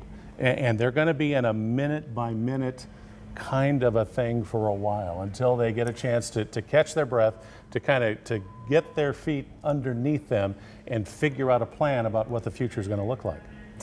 And, you know, having covered, I go back to Joplin, and practically the whole city was absolutely gone. And then I revisited a year later, and, you know, there is the possibility of rebuilding. This is where the best of people shines. Yes. Because people Clearly. will come Absolutely. forth Yep. and they will offer anything and everything to pull these people out of the destruction and the devastation and this terrible hand that they have been dealt. And we will see that. We will see that in the coming days and the coming weeks. The people will come and they will help. But when you see images like this, and just 3-4 hours ago, everything was standing and it was perfectly fine. And these images are from Sarah, I believe, on Twitter, showing some of the damage a little bit to the south of Lawrence tonight, where again, we are hearing at least the number that we have right now, 11 people injured as a result of this storm tonight. No word on any fatalities, thank goodness. But I think if you're just joining us, I would caution everyone at this point, we are awfully early in this story, and you just hope that those numbers hold tonight, tomorrow, and the next day. You really do. Like we said, if you have a loved one or you know someone who needs a place to go tonight, the Red Cross has set up a place for people to get water, to get food, a place to sleep, and that is at the Douglas County Fairgrounds. That is where the Red Cross is stationed. They were unloading everything from the big trucks. Volunteers came out of the woodwork to help all the people, so you have a place to go there. William Joy showed us it is a huge area where they will be able to accommodate a lot of people who just simply don't have anywhere to go. Shifting gears for just a moment, KCI has not, the storm did not force a closing of KCI, but because the airport was open through it all, but inbound and outbound flights have certainly been affected. And just in illustration of that, from Twitter tonight, this has been a crazy travel day for the MLS soccer team, the LA Galaxy, who have been rerouted to St. Louis tonight with tornadoes in Kansas City at the airport. Team will fly into Kansas City tomorrow. So just, again, a very small illustration of the kind of effects of this storm tonight. Let's go back out to Brian Johnson, who's just east of US 59 Highway, south of Lawrence. Brian? Yeah, and we just talked to Mike Alexander. They have a family dinner every Tuesday night here at another one of these dream homes right on this cul-de-sac here. We want to show you, these are can lights from somewhere inside this home, and you can see all of this massive beam, land beam, and more lighting. And then this is kind of, you can see the front is still a little bit intact, but it's back up and behind, right where they were having that family dinner, that it all ripped apart. He said it was terrifying. He said it was all of the freight train that people talk about when they mention the tornadoes. But he said what was most terrifying, Daniel, let's move over here and we'll show kind of this garage that was blown apart. He said what was most scary is that he said he could hear the nails pulling out of the wood in the wind as they were in the basement waiting for it all to pass, with all of his extended family that come here every Tuesday night for those family dinners. We're going to come around here and you'll see from the garage where one of these side garages was blown out. There's a tree and the windows broken over here, and the double two-car garage doors is just missing. The siding literally pulled right off the front or the side of the house here with the Tyvek moisture wrap barrier exposed now. The garage door is totally ripped apart. They had everyone in this home. He said it was very scary. He is an adult male, probably in his 20s or 30s, and he said he was emotional just talking with us about the level of emotion. You know, this is where they come. He said his baby had his baby shower here. They get together every week for family gatherings every Tuesday night, like I said. And so it's very hard to have experienced this tonight during what was a celebration of their family. We're going to take you just a little bit closer to US 59 Highway. This is their basketball hoop, and he was showing us this is what's left of kind of another garage or kind of a shop. You can see taken right down to the footer board here and the concrete. We're inside of it now. You can see it was literally, the whole thing is gone. There's nothing left of it, wrapped up in the tornado and blown away. And here's the neighbor's shop, and somehow it was broken apart, but it's still on the ground, whereas theirs is completely gone. So in summary, just a horrific night for Mike Alexander, his extended family. This is one of 6 homes right on the end of the cul-de-sac here, and they are dealing with the aftermath. He says they're going to rebuild. He says that while it was their dream home, it can be replaced, as Chris was just mentioning, and they're grateful that they're all alive. But it is very emotional to think that they were having a big celebration with their family, their favorite meal on a Tuesday night, and then it all came to a screeching halt when that sound came, and they barely got to their safe shelter in time. Live in Lawrence, Brian Johnson, KMBC 9 News. Yeah, but the important thing is they got there. They got there in time. They got there in time, and we're so grateful for Mike Alexander and his entire family. Bonner Springs in Wyandotte County appears to have sustained the most damage from tonight's weather event. Unified Government spokesman Edwin Birch says the power's out, trees are everywhere, there's structural damage to buildings, no reports of injuries.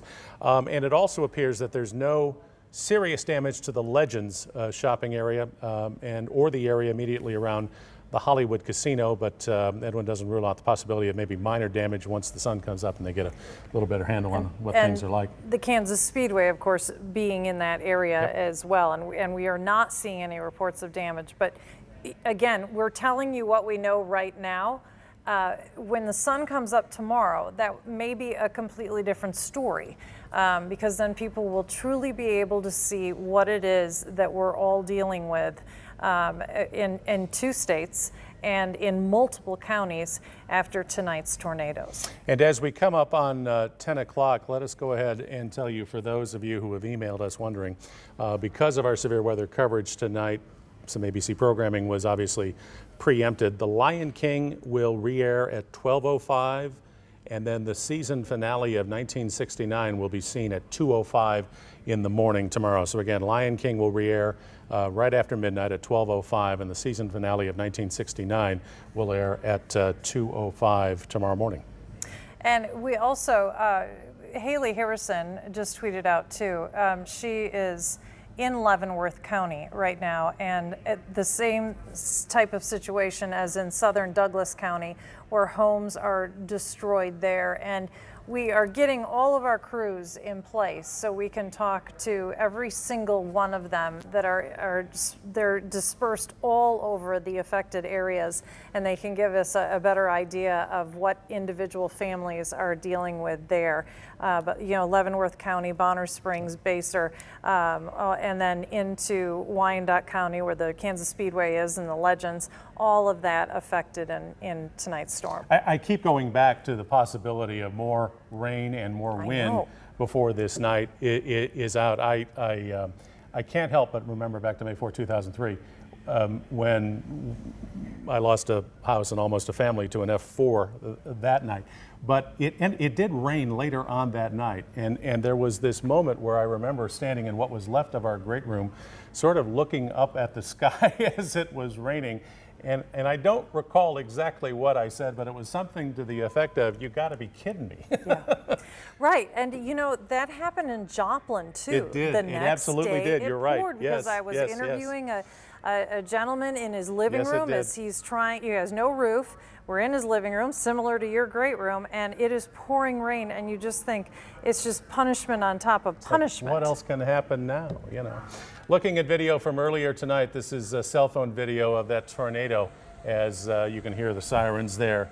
A little bit south of Kearney there, up in Clay County. This is a storm that ended up moving to the north and did damage in the Excelsior Estates area of Excelsior Springs. We don't have any pictures yet or details of just how bad it is up there in Clay County in the Excelsior Springs area, but we have crews on the way. This is one of those stories where it's even taking us some time to sort of get our arms around just how big this storm was. And the tornado in Clay County, there was actually 2 tornadoes at one point that Nick Bender had pinpointed.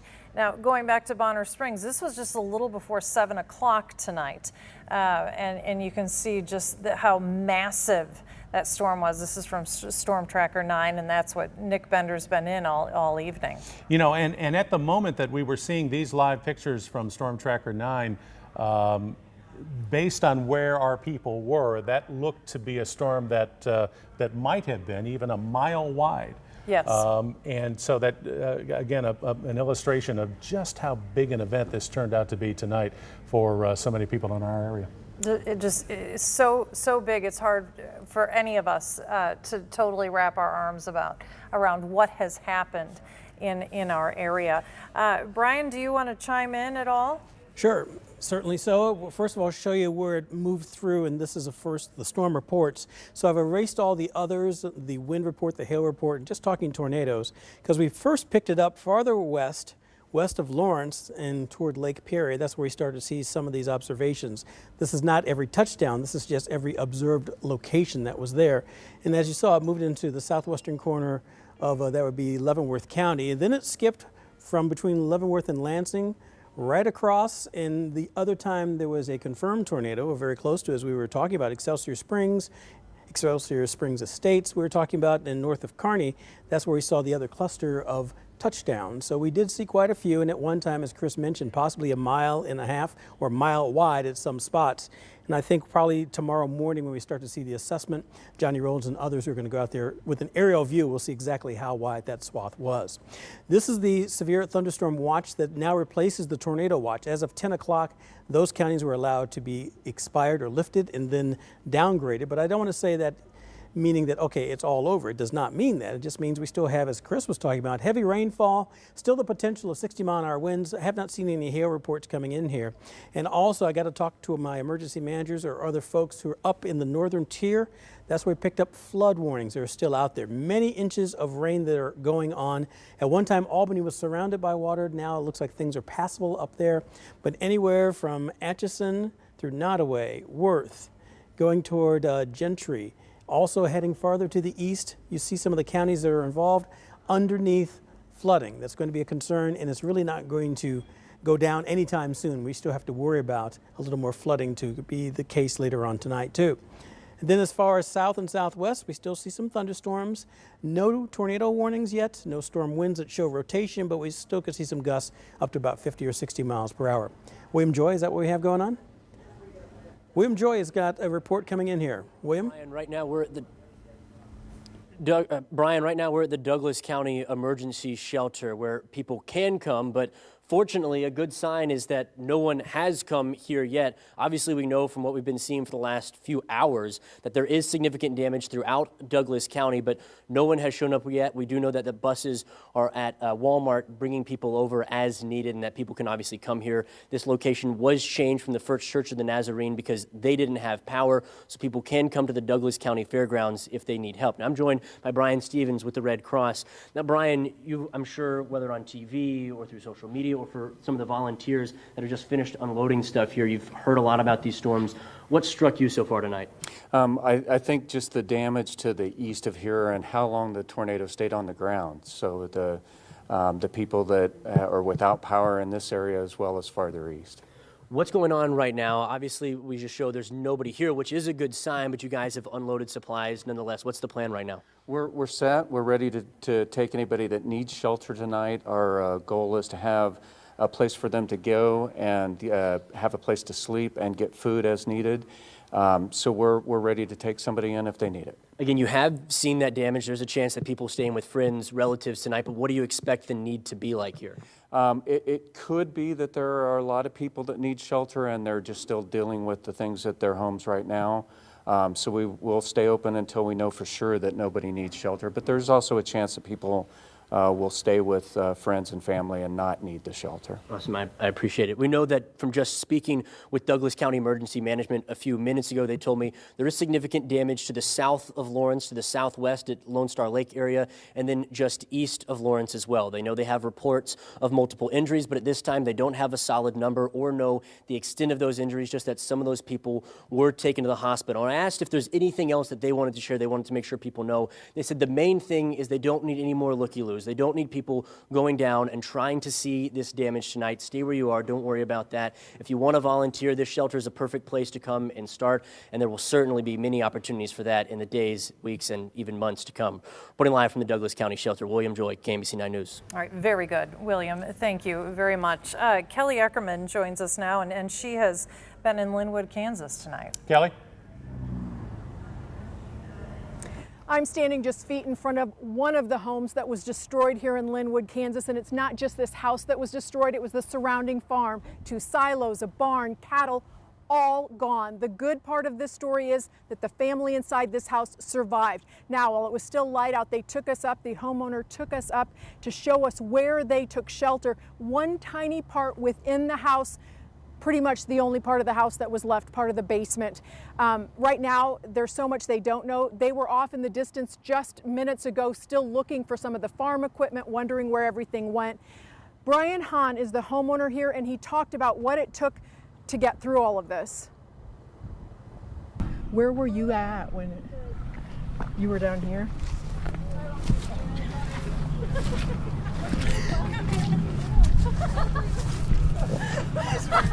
Can you see the hole right there? Yep. That is my down. That goes to that stairwell to go down to my stairs. If you look just to the left, there's tile. We were right underneath that tile. So whatever, 15, 20 feet from where it took the house off. And how big a house is this? Was this? Oh, I couldn't How many give you the bedrooms? bedrooms. Oh, how many bedrooms? It's a 3-bedroom, 2-bath. So, Oh my gosh. But the family's okay. That's family's all okay. it's a miracle. So yeah, we were under, like I said, that one little piece, and I was talking to my cousin, and I watched my bedroom leave. How long have you lived here? Long time. I can't tell you the years. Long time. 15 years, something like that. The wind is picking up here again. Some of this debris is starting to blow. All the roads leading here were blocked by trees. It took hours for folks with chainsaws just to get through, so you can imagine the relief. We followed some of their friends actually up here, walked about 3/4 of a mile to get up here. The relief when they found out the family was okay. They lost everything, but feeling lucky to be alive. Back to you. We're also seeing some reports tonight that urban search and rescue teams from across Kansas are now headed to to Franklin and Douglas counties to help with going house to house, that sort of thing. In fact, there's an urban search and rescue task force from Wichita that has been mobilized and is on its way right now. And that's what they'll do. They will account for every last person and make sure that everyone is accounted for. Next, we want to go to Haley Harrison, who has been in Bonner Springs tonight. Haley.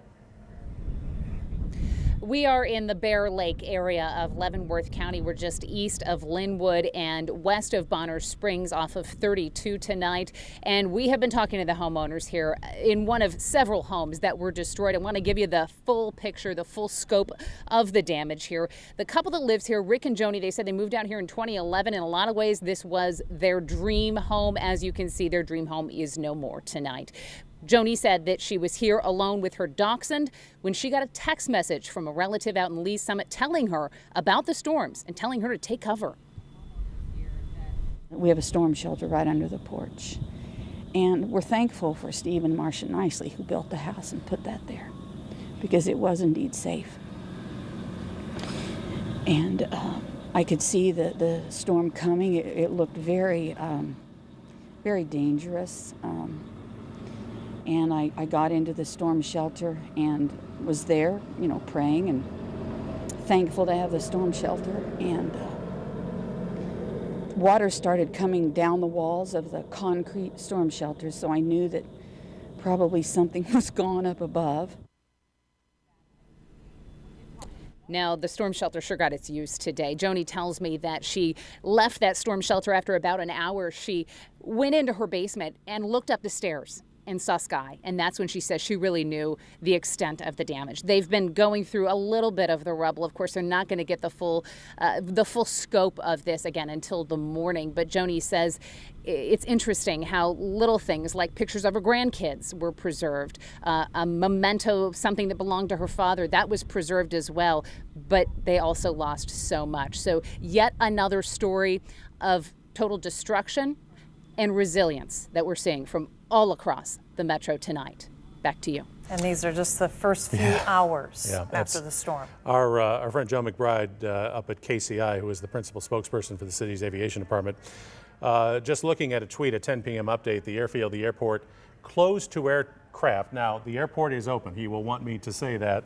But again, no traffic inbound or outbound due to unsafe conditions from storm debris. Small pieces can damage airplanes. Crews are right now working to clear 1 2-mile, 150-foot wide runway. Taxiways and aprons are also being affected, and the estimated opening sometime after 11 o'clock tonight. So again, storm debris up at KCI that they're working to clear even as we speak. And some of that debris we've learned already tonight, because this storm was on the ground for 2 hours, some of the debris that is over in Missouri and around KCI, even to the east in the Smithville area, is from the destruction that we've already seen from Kelly Eckerman and from Haley Harrison in their live reports. That's how far this debris has been taken. And we also know that the LA Galaxy was supposed to play Sporting. They were rerouted to St. Louis tonight because they simply could not land at KCI. They'll fly back into Kansas City tomorrow. Let's go to KMBC 9's Brian Johnson, who is south of Lawrence tonight, getting a closer look at some of the damage there in Douglas County. Brian, you with us? Yeah, we're dozens of homes are damaged out here. We're in a cul-de-sac of 4 or 5 homes. Each of them has been heavily impacted, and we want to show you kind of what we're looking at. This is the home of Roger Brown. You can see the roof is completely gone and all the trusses are exposed here. If we walk up close, you can see this is where his cars were parked when this all happened. He and his wife have lived here for 14 years. They were inside about to have dinner. He had actually just finished buying some groceries from the grocery store when he returned to come here, and they got in their safe area. This is a custom Jeep, he said, that was a specific year and it was limited, so all of their valuables are damaged and destroyed. They have knickknacks from past trips and things. We're inside their 3-car garage now. You can see it is completely gone on this side of their home. The glass is broken. The only reason they were safe is they got in their storm shelter, which is underneath the front porch. And we should take you over there because there's some concrete walls that kept them safe and protected, and there is a steel door. He, his wife, as well as their cat and dog were underneath this front porch, and you can see into their front home. The beams are all exposed. The can lighting is still there. Wires are all hanging down. The back glass is all broken out, and posts from their balustrades going downstairs are completely gone. Sheetrock is on the floor. This dog cage, this kennel, was where their dog was resting after the fact. You can see it's plastered with insulation.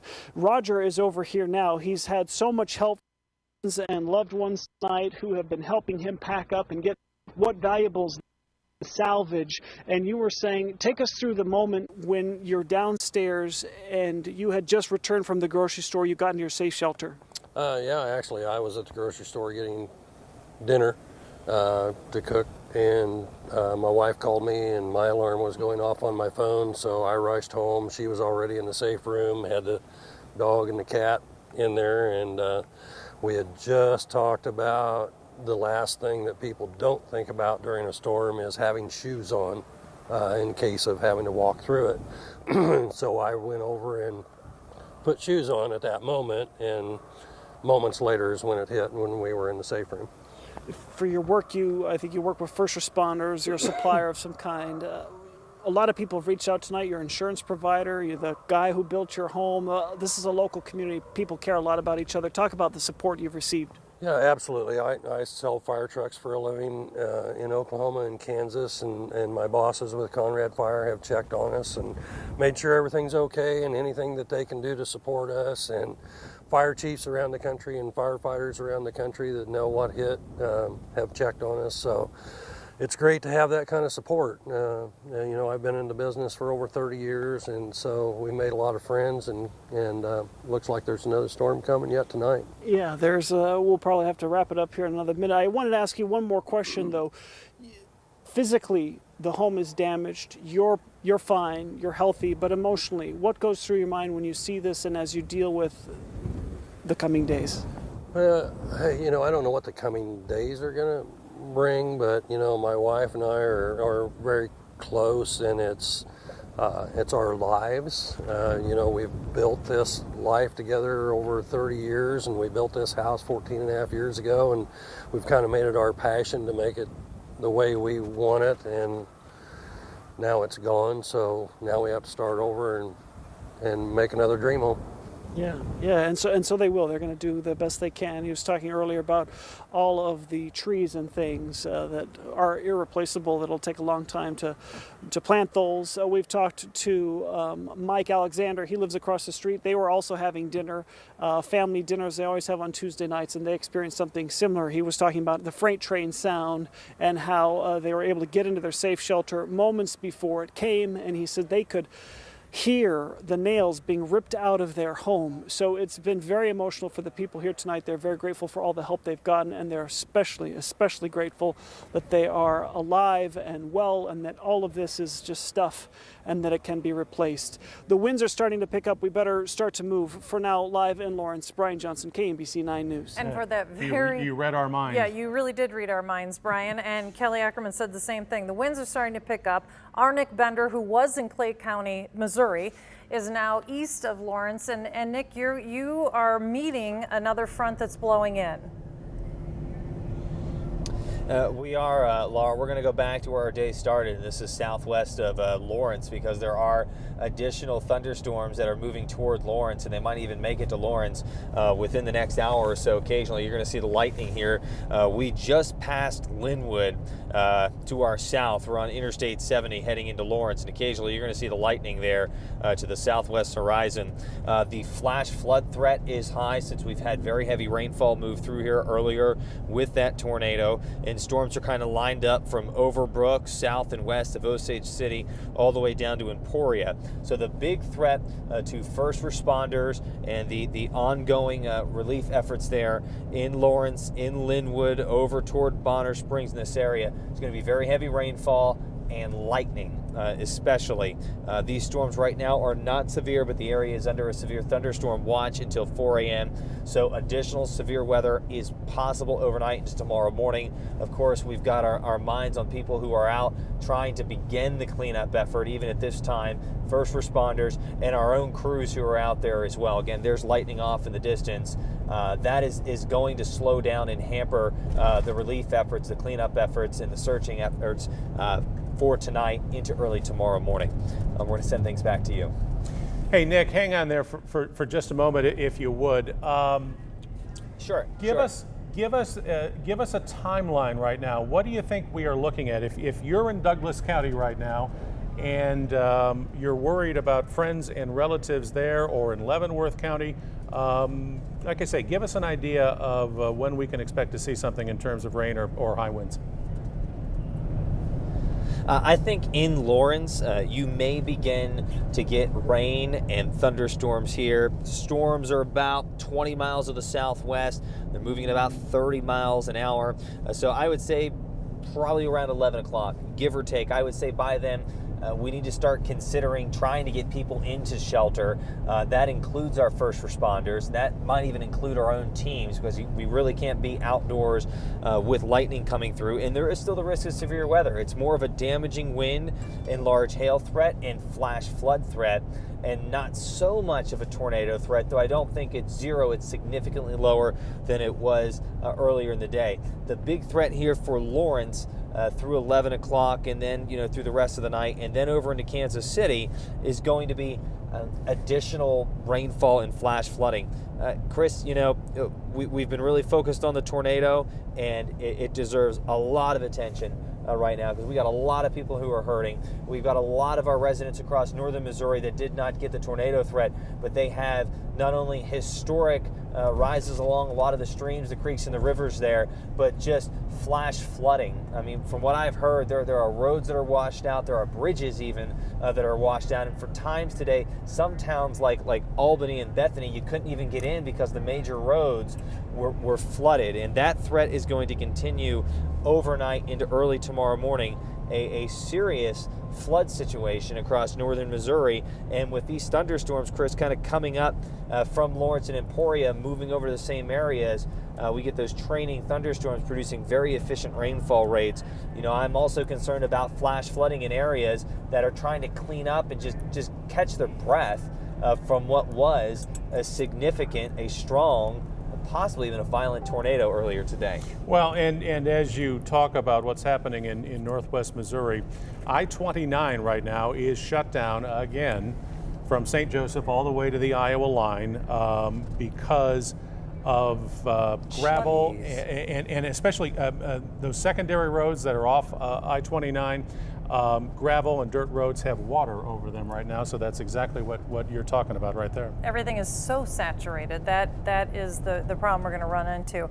Okay, so about 45 minutes, and people in Lawrence, you should take heed that it is going to be raining, and there are some winds and everything else that are going to hit you, and Nick warned that people need to take shelter. Not necessarily a tornado, we're not talking about that, but just find a place where maybe you could rest tonight before picking up the pieces It's the tomorrow. last thing you need right now, believe me. It really, really is. Let's go to KMBC9's Stephen Albritton, who was up at KCI as the people up there at the airport had to take steps to make sure that people were safe tonight. A lot of action happened tonight at KCI. It's been a couple hours since a flight has actually left here at the airport. As you can see, a long line out here, people trying to get rebooked. But earlier tonight, around 7 o'clock, is when they made the decision to move passengers down to the basement because of that storm heading this direction from Kansas. It came over the loudspeakers that everybody was to move, and then everybody just moved very quickly and orderly to the basement, and then we were down there for like 20 minutes. It was about 7:45 when the all clear was given, and they were able to bring these passengers up from the basement. But then the issue turned to outside, actually on the tarmac and on the runways. There's debris out there that they've been trying to get cleared for the past couple of hours now. But for the passengers, flights were pushed back, flights were canceled, flights were moved, and now it's a situation where they have to get rebooked and hope that they can get out sometime tomorrow. Reporting from KCI, Stephen Albritton, KMBC 9 News. A lot of travelers impacted there. Now, as we mentioned, this tornado originated west of Lawrence, and it was on the ground for 2 hours. And then there were actually 2 tornadoes in Clay County near the Kearney Excelsior Springs area and north of Mosby. Which is really crazy to think about that. It really is. For just a moment. Yeah, not 1 but 2 tornadoes north of Kearney. KMBC 9's Matt Fleener is assessing the damage up there tonight. We're in Excelsior Springs tonight. That tornado that was in Clay County that Nick Bender and Storm Tracker 9 were tracking as it moved through. This is Salvador Lopez, who rode out that tornado in his basement. Can you explain what that was like? Yeah, it's a little scary. Like I said, it's a little scary, but not too much because we get to the basement before that. All we hear is just all the wind. We hear when all the trees break down and all that, and we look on the window, we see the trees all on the floor. When we look at it, it just happened really quick. So you have tree damage. What other damage do you have here? Just the roof a little bit and all the building, the farm equipment and all that, all the damage.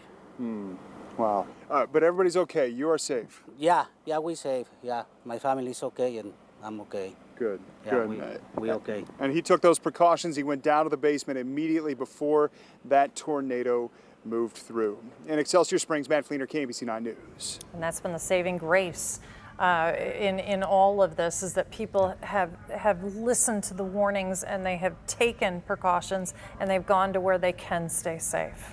Chief Meteorologist Brian Busby, what a night. Oh, what a night for sure. You know, and again, the 3 decades plus I've been here, I've never seen the Weather Service with such harsh language to get people to take action, and rightfully so, as you're seeing some of the reports coming in here. And I can only imagine what's going to happen once the sun gets up and we start to see with daylight some of the damage that's going on here. At one time a mile wide, and still that's a pretty significant storm. And as we're estimating at the Doppler, winds over 100 miles an hour.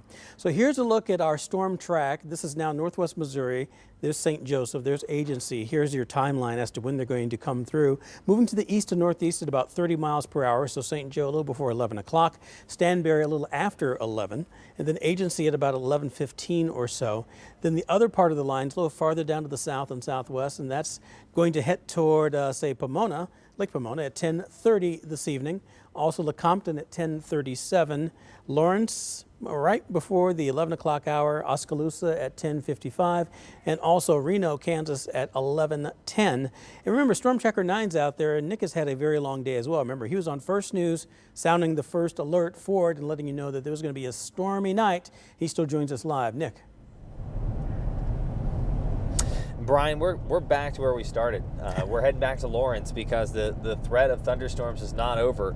Though the tornado potential is greatly reduced compared to what it was earlier when that large tornado moved through parts of southern Lawrence over into Linwood and then on toward north of DeSoto and Bonner Springs. There still is thunderstorms and thunderstorms with lightning, very heavy rainfall, what could be flash flooding in areas right now where residents are, I don't even know if their minds are even together enough to start the cleanup process. It would be really hard for me to believe that, but it goes on, and that risk of lightning, you see the lightning there out ahead of Storm Tracker 9, that's going to be the main threat here for first responders, for the residents that were impacted by the tornado earlier today, and for our own news crews as well, because we know we have a lot of resources there trying to get people help.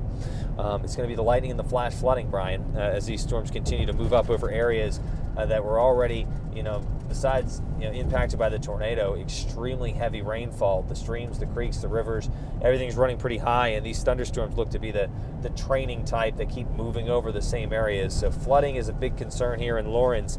I would say these storms creeping up that way by 11 o'clock. That's the way it's looking right here. Thank you very much, and be safe. Speaking of flooding, you can still see the flash flood warnings that are out for Davies, Grundy, Harrison, Lynn, Livingston, pretty much the northern tier of our viewing region, over 4.5, if not 5 inches of rainfall. Things are at least improving, like toward Albany, where you can get in and out of town at least. But as you see here, the radar estimates are every bit of 2 to 4 inches to the north. Big picture showing you those thunderstorms, severe thunderstorm warnings earlier, not seeing any tornado threat. And as Nick mentioned, I think that the threat of tornadoes has really gone down. But lightning, they're very electrical storms, and still the potential for some heavy rain, which is definitely not going to help the old flooding situation. Between Chillicothe up toward Macon and Moberly, that's one cluster of thunderstorms that's heavy. You do see that severe thunderstorm warning just to the south of Maryville, to the northwest of Savannah, going farther out toward Hiawatha. The possibility of maybe a 50-mile-an-hour wind, 60-mile-an-hour wind with those. And we still have those showers that Nick was talking about, trying to move into Douglas County and also into Franklin County too. So these are the thunderstorms that will move through later on tonight and still pose a threat. But good news here, clean slate, no tornado watch we have to worry about. That was allowed to expire at, say, midnight, or 10 o'clock, I should say, midnight until 4 in the morning. Now the severe thunderstorm watches that are out there. Things will calm down a little bit toward the weekend. That's good news, but once again, we still have to worry about the potential as we're looking at the big picture for the storm system to move through with the front. That's when we can finally close the door totally on severe weather. Real quick, storm report says it started near Clinton, went through Lawrence, and then made its way up to between Excelsior Springs and up toward Kearney. That's where we saw some of those rainfall amounts and those tornadoes as well. Here's a look at the exclusive First Alert 9-day forecast, 65 to 80 degrees. Another chance of a few thunderstorms overnight tomorrow night into Thursday, not looking nearly as heavy. I always say this, it took Mother Nature a long time to conjure up something like this, so I don't look for this next storm system to be anywhere as strong. 75 on Thursday, 78 on Friday, another chance as the rain comes in on Saturday. Sunday dries out once again. This is going to be the more hit and miss scattered variety Monday through Thursday of next week. Temperatures close to 90 degrees once again, and our mornings starting off muggy in the 60s and the 70s. All right, Brian. Well, with these storms, of course, have come numerous power outages, and we want to take a look at the Westar map right now. And you can see that there's just a tremendous number of people who don't have power, of course. One thing that KCP&L, Westar, any electric company is going to tell you, power company, is do not touch or drive over any power lines that are over roadways. And right now, especially in Douglas County, in Leavenworth County, we know that there are a lot of power poles that are down, which with it brings down the power lines. So be very, very careful, especially with it being so dark because of these power outages, of where you walk and, of course, where you drive. And you can see the numbers there in the upper left-hand corner of your screen. The number of customers who are without service right now, and of course these are utility companies that are working hard to try to make things safe, especially for their crews, and then jumping into the awesome task of trying to restore service to so many people. In terms of a recap tonight, the latest number that we are seeing is that 11 people were hurt tonight. Primarily in Douglas County, Kansas, in the Lawrence area, after that tornado did what looks to be extensive damage, especially on the southwest side of Lawrence. And this is damage that is essentially outside of the city limits, but certainly within the county. There are trees down, there are power lines down, there is storm debris everywhere. And of course, Lawrence Memorial Hospital went into a sort of emergency mode, which is something that they certainly train for on a regular basis. They do. When they get into an emergency command center mode, that means they are taking people from all over the county, of course. They have not seen any horrible injuries at this point, but the number was around 11 at one point tonight. We suspect that will probably go up as the days go on, and there are also residual injuries that happen when we have widespread damage like this, of people who are exhausted and they are trying to clean up. So please be careful in that aspect of it as well. But Lawrence Memorial is the place to go if you need medical assistance. And then, of course, Chris, the Red Cross has set up its command center at the Douglas County Fairgrounds, and that's where people can find anything they need in terms of water, food, cots, a place to sleep, because as these storms move in, people do need to find a place where they can put their feet up and take a breath. Building 21 to be exact. And as the storm was bearing down on Kansas City, as it continued to move to the east, we all saw these reports of storm sirens going off in Lawrence, in Linwood, in Bonner, in Kansas City, Missouri, downtown, Waldo, Brookside, north of the river. Everybody was on alert. And came to a standstill. I mean, Absolutely. When everything in downtown Kansas City really just came to a stop, you know that the magnitude of this storm, it brought this whole community to its knees. We saw the report from Stephen Albritton up at KCI, where flights were temporarily suspended for a time, and the decision was made rather quickly, I would assume, to move people from the terminals to parking garage tunnels for shelter as those storms were passing by. In fact, the airfield remains shut down and probably will be for another half hour, as there is storm debris on the runway, and that is something that has to be cleared before the airfield is reopened tonight. The airport itself never shut down. But again, the airfield up at KCI, there's a cleanup job going on up there right now. And don't be surprised if you walk outside your back door, or your front door for that matter, even if you live on the Missouri side and you're in Clay County or Jackson County, there may be debris of what this storm, the damage it caused miles and miles to the west, because it just grabbed it and took it with it. It was on the ground for 2 hours. First News meteorologist Nick Bender is in Storm Tracker 9 right now, and he is back where essentially his evening began in the Lawrence area last time we spoke, Nick, and all of this as we're not quite done with heavy weather tonight. No, we've got thunderstorms moving into Lawrence right now, Chris. They're not severe, but they'll have lightning and heavy rain. Certainly going to be a hamper and a hazard to the tornado cleanup efforts going on in Lawrence here for first responders, the residents here south of Lawrence into Linwood, and for our news teams here that are out in the field. That's why we're here in Storm Tracker 9 to spot these storms as they come in. I'll send it back to you. Okay. All right, Nick Bender in Storm Tracker 9, again, keeping an eye on things tonight as we're not quite out of the woods, unfortunately, especially for those people who have already lost so much tonight. Yeah, but it's a combination of things. You know, we always talk about this, and you guys have been working with us for a long time. You know that we go from tornadic to flooding, and it usually happens like that. And you were even mentioning, Chris, with your own experiences back in '03, that it goes from tornadic to heavy weather, and so we still have heavy rain to deal with. And I think that's going to be the other part of the story that we're going to have with tonight. The tornado threat's really down, as Nick mentioned. The winds may be gusting up to 40 miles an hour, but the thing I really want to talk about is the potential for more flooding that will continue through the overnight hours, and that was mainly across the northern tier of Missouri, but just about everybody has to deal with that. So as you're looking at First Alert Live radar, pockets of heavier rain, those are those yellow centers that you see. But for the most part, at least the heaviest and the severe most weather is over for us. 9-day forecast has it feeling more like summertime. Our temperatures will be in the 80s tomorrow. A chance of some more thunderstorms rolling through tomorrow night, but those don't look severe. Good. But it looks like we can break the pattern. Remember, as you mentioned, we had like 10, 11 days, 13 days in a row or something like that. Oh, yeah. It's been a while, so at least we're getting a break on Friday. High of 78, and then back to storm chances on Saturday, maybe a couple on early Sunday, and a few next week as well. By then we're in June, but the pattern seems to be changing a little bit, not quite as severe as we have going on right now, but I know flooding is going to be the biggest issue. And remember, we're within striking distance of the overall wettest Kansas City in May here, set back in 1995, and we're within an inch and a half or even just shy of 2 inches to break that record. And it sounds like by midnight or thereafter, we'll be there. We might be there. Yeah. Well, we're going to take at least a brief break from our continuous coverage right now, and as we leave you for now, we want to show you some more images out of Linwood, Kansas tonight from Lindsay Blancarty. Again, another tough night for an awful lot of people out there. And know that we are with you, and we're going to continue with this cleanup along with everyone, and bless all of you.